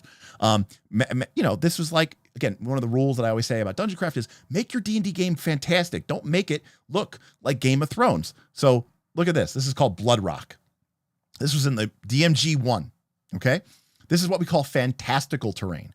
Blood Rock, the site of a ceremonial sacrifice, a great slaughter, or some other calamity. The spirit of death hovers over Blood Rock. If you're running an encounter in a temple of Nerul, okay, or like a temple of Bane or something, and there's the great pillared hall. It's an evil place, and at the far end is an ancient stone where people are chained and sacrificed. You bet your ass I am making a bunch of squares around that altar, Blood Rock. What does Blood Rock do? Well, when you stand in Blood Rock, you score critical hits on a 19 or 20 instead of just a 20, right? And then there's even like a little bit of information here. This makes the encounter slightly more unpredictable, which usually favors the monsters. You can use a large expanse of it to make everyone score critical hits more, or just make a few squares of it and let the adventurers and monsters fight over who gets to stand on it. So you might have Blood Rock in the middle, and then everybody's like racing to get to the middle. But then if you're in that area, it's like a fucking game of Russian roulette because everybody is critting twice as often. Or maybe you set it up on the opposite side of the battlefield just to give your artillery monsters like a brutal advantage, right? And again, there's just so much different. This is all fantastical. Here's a bookcase, but all the terrain here is just this like crazy, crazy fantastic terrain. This is from Manual of the Plains, Acidic Mire, Agony Amplifier, and Ash Field, Astral Flame, Black Sand, Blast Cloud, right? Bolt Stone, Carnage Stone. And this is all just stuff that you can add to your fights to make it more interesting, and make it a little bit more fantastic. Anyways, iws.mx/D&D. That is the URL. Yeah, I mean, yeah. If they sue, they could sue you, and that means they win. Exactly. It's theoretically legal, but are you going to take that chance? Publish it under the OGL. Yeah. They came out with a lot of books for 4E. That is very true. There's about a book a month. No doubt about that. Yeah, quick stream.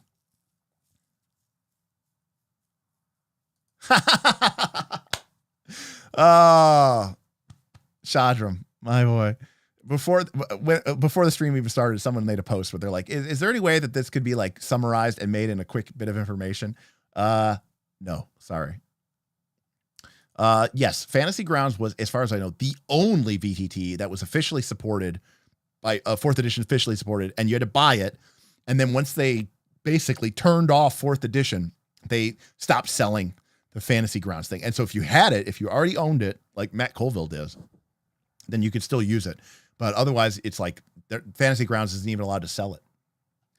I'm so mad about that, Chris. So mad about that. There are some creative solutions that are available out there on the internet. If you go to like the 4E Discord or the 4E subreddit, there might be some ways for you to find some stuff, right?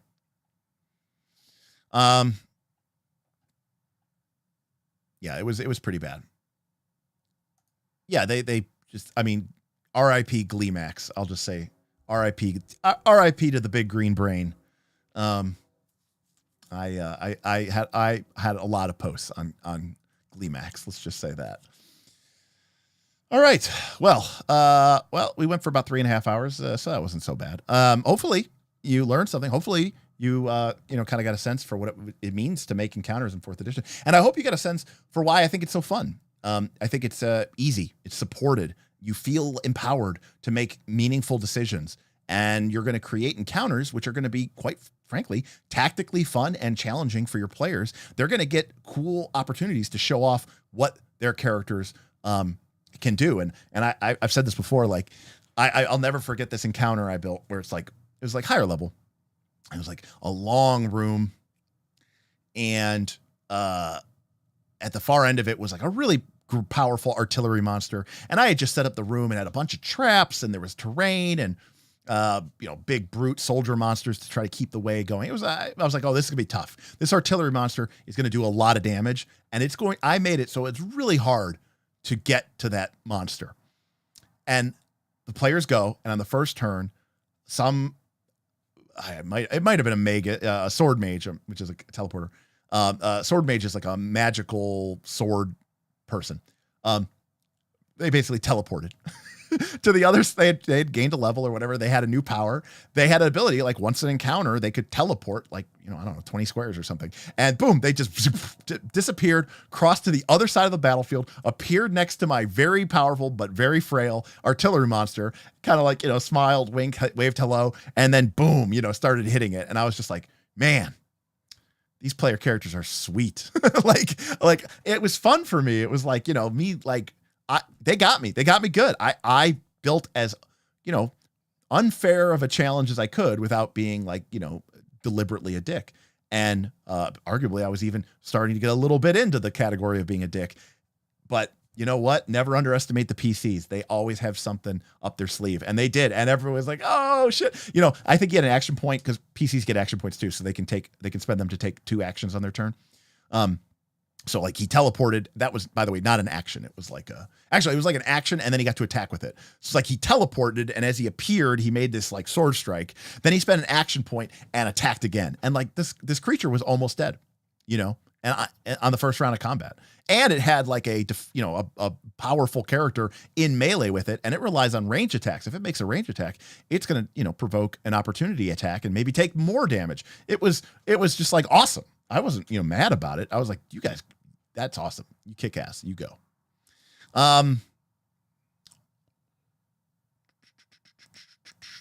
What is the most fun encounter you've ever run in 2nd edition Pathfinder? It's a great question. I really liked a lot of the encounters. Because I had to customize and build encounters for Rise of the Runelords that we played on our first actual play campaign. And there were a lot of encounters from the 3rd adventure, which is the Hook Mountain Massacre, that I thought were really cool. And I made some really fun monsters. Like when they went and fought the hillbilly inbred cannibal monsters, I created some really cool fights for that, encounters for that. When they fought the trolls up on the Skull Dam, I thought that was a really cool fight. When they made it to the top of the Hook Mountain, and there was a cool fight versus I used a bone dragon or something from Battle Zoo Bestiary. So those were actually really fun fights. And, of course they had the chat and people were watching. And so that made it a lot more fun because it was for the channel. In a non-televised game, I don't know. I'd probably still say those. I mean, I can't think of, any that really topped that, but those were all really fun.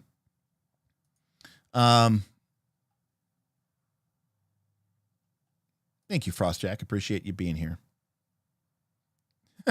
Yeah, if you buy older editions, they basically say like the content and views of these books do not reflect the content and views of Wizards of the Coast today. Basically what they say is something along those lines, fine, which is fair. Especially if you go really far back. I mean, some of these books could be a little bit, non-inclusionary and could have even some, I wouldn't say they have racist language, but they could have definitely have some borderline misogynist language. So I think it's fair. Yeah, there was totally insensitive stuff in the old books. Let's be very clear about this. All right. Well, that's going to wrap it up for us. It's Thursday, so I will not see you this week until next week. And I look forward to it. I don't know what we're going to be doing. We're going to be going into December.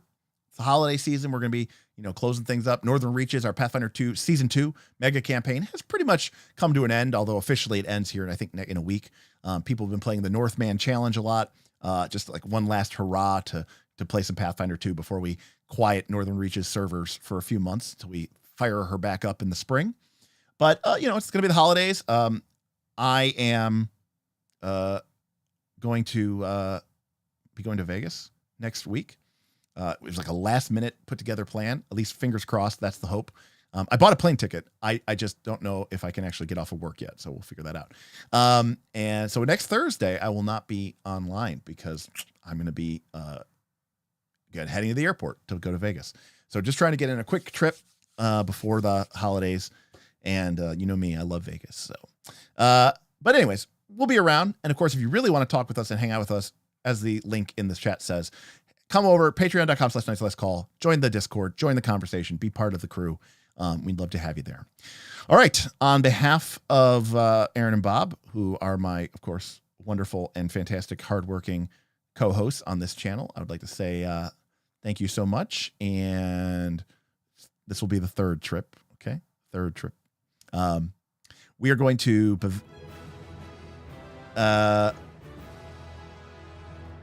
thank you. Shadram tip $10. Thanks for a fantastic stream, as always. Thank you. I appreciate the support, and I definitely appreciate the it's all going to the same place. The tips and the super chats that you all dropped tonight, because my poor laptop took a dump, and I took it to Micro Center, and they said you need like a $600, $700 repair, and I was like, I don't want to put a $600 or $700 repair into my 4 or 5 year old laptop. But I mean, it's like borderline because it was a really good laptop, 4K monitor, 16 gig of RAM, i7 Intel, but pain in the ass. Anyways, so I appreciate that a whole hell of a lot. And that same goes for everybody. Shout out to Great Role Playing Debbie for all the super chats, Boothby for the tip. Thank you to Sheppy for joining the adventure. That is extremely awesome. Super chat from Matt and from Karamu and from Davi and from Damien, all who helped make this channel the success that it is. So, yeah, rip to my laptop. It did a good job. I bought it for my photography business back in 2019 or end of 2018. So it's like, I don't really need it that much, but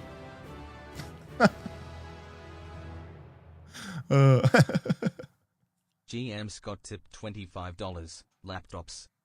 Yeah, thank you. It will go to a good need. I do need a laptop. I do use it. We even use it on the stream. So, when we're up at the studio, so I do need to get a new one. Here's the thing. I just don't want to overbuy, like that laptop. When I bought it, it was probably like an $1,800. If I bought like an XPS 15 equivalent today, it would probably be like $2,000. And when at the time I bought it, I think I spent, $1,900. So I don't want to spend that much because I don't need that much performance. At the time, I was buying it for high-end photography work and photoshopping and Lightroom, and I don't use it for that anymore. So I don't need it, but I also don't want something bare bones. I don't want something that's like, the $400 laptop that you buy for your grandma. I want, I'm also not a gamer. I don't game, and I certainly don't game on my laptop. If I was going to game, I would game on my PC here, which has 128 gigs of RAM and all that other stuff. So. But anyways, I digress. Thank you, Chris. Thank you, KC. Thank you, Beowulf. And of course, thank you, GM Scott, for that. So Derek, you mean GNS of 4th edition? Oh, that's easy. Game like 8, narrative like 1.5, and S like 4, maybe. The game kind of sort of has like light and maybe 3. It is a gamey game. I mean, even healing surges, gamey game. Skill challenges, gamey game. Powers, gamey game. Encounter powers in particular, gamey game. So high game, 8 or 9, very low. The game has almost no narrative things. And by the way, that doesn't mean that you can't role play. I know GM Scott is just fucking trolling me. Narrative of 1 means that the game doesn't have mechanic. And by the way, this is a win. There are actually people out there who really like to role play, that what they should look for is a game system that has a narrative score of 1 using our system of measurements. Because narrative mechanics mean there are mechanics in the game that reward you or punish you or otherwise affect the way that you play your character. Okay? Like if your character is angry, has the angry mechanic, then if your character acts out and does something stupid, they get 5 meta points that they can use to affect. Like some people hate that shit. They're like, I don't want any mechanics when it comes to my role play. I just want to role play. I want to play my character. I don't want to have any mechanics that have to do with that. So narrative 1 just means 4th edition does not have mechanics that I can think of easily that, like, for example, 5th edition D&D, even though apparently nobody used these rules, 5th edition D&D did have narrative mechanics. What am I talking about? Ideals, bonds, flaws. Maybe there's a third one. Ideals, bonds, and flaws, because those are things that you wrote down on your character sheet, some sort of trait or bond or ideal. And if you did that thing, then you got an inspiration point, or you gained inspiration, which was a mechanical benefit. Gaining advantage is sick.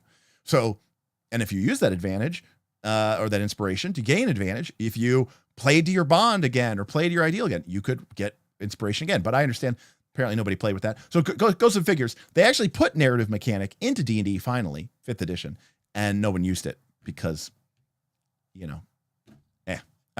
anyways, that's going to do it for me. Thank you so much to everybody for supporting me, and we will see you next time on Knights of Last Call. Peace out, everybody.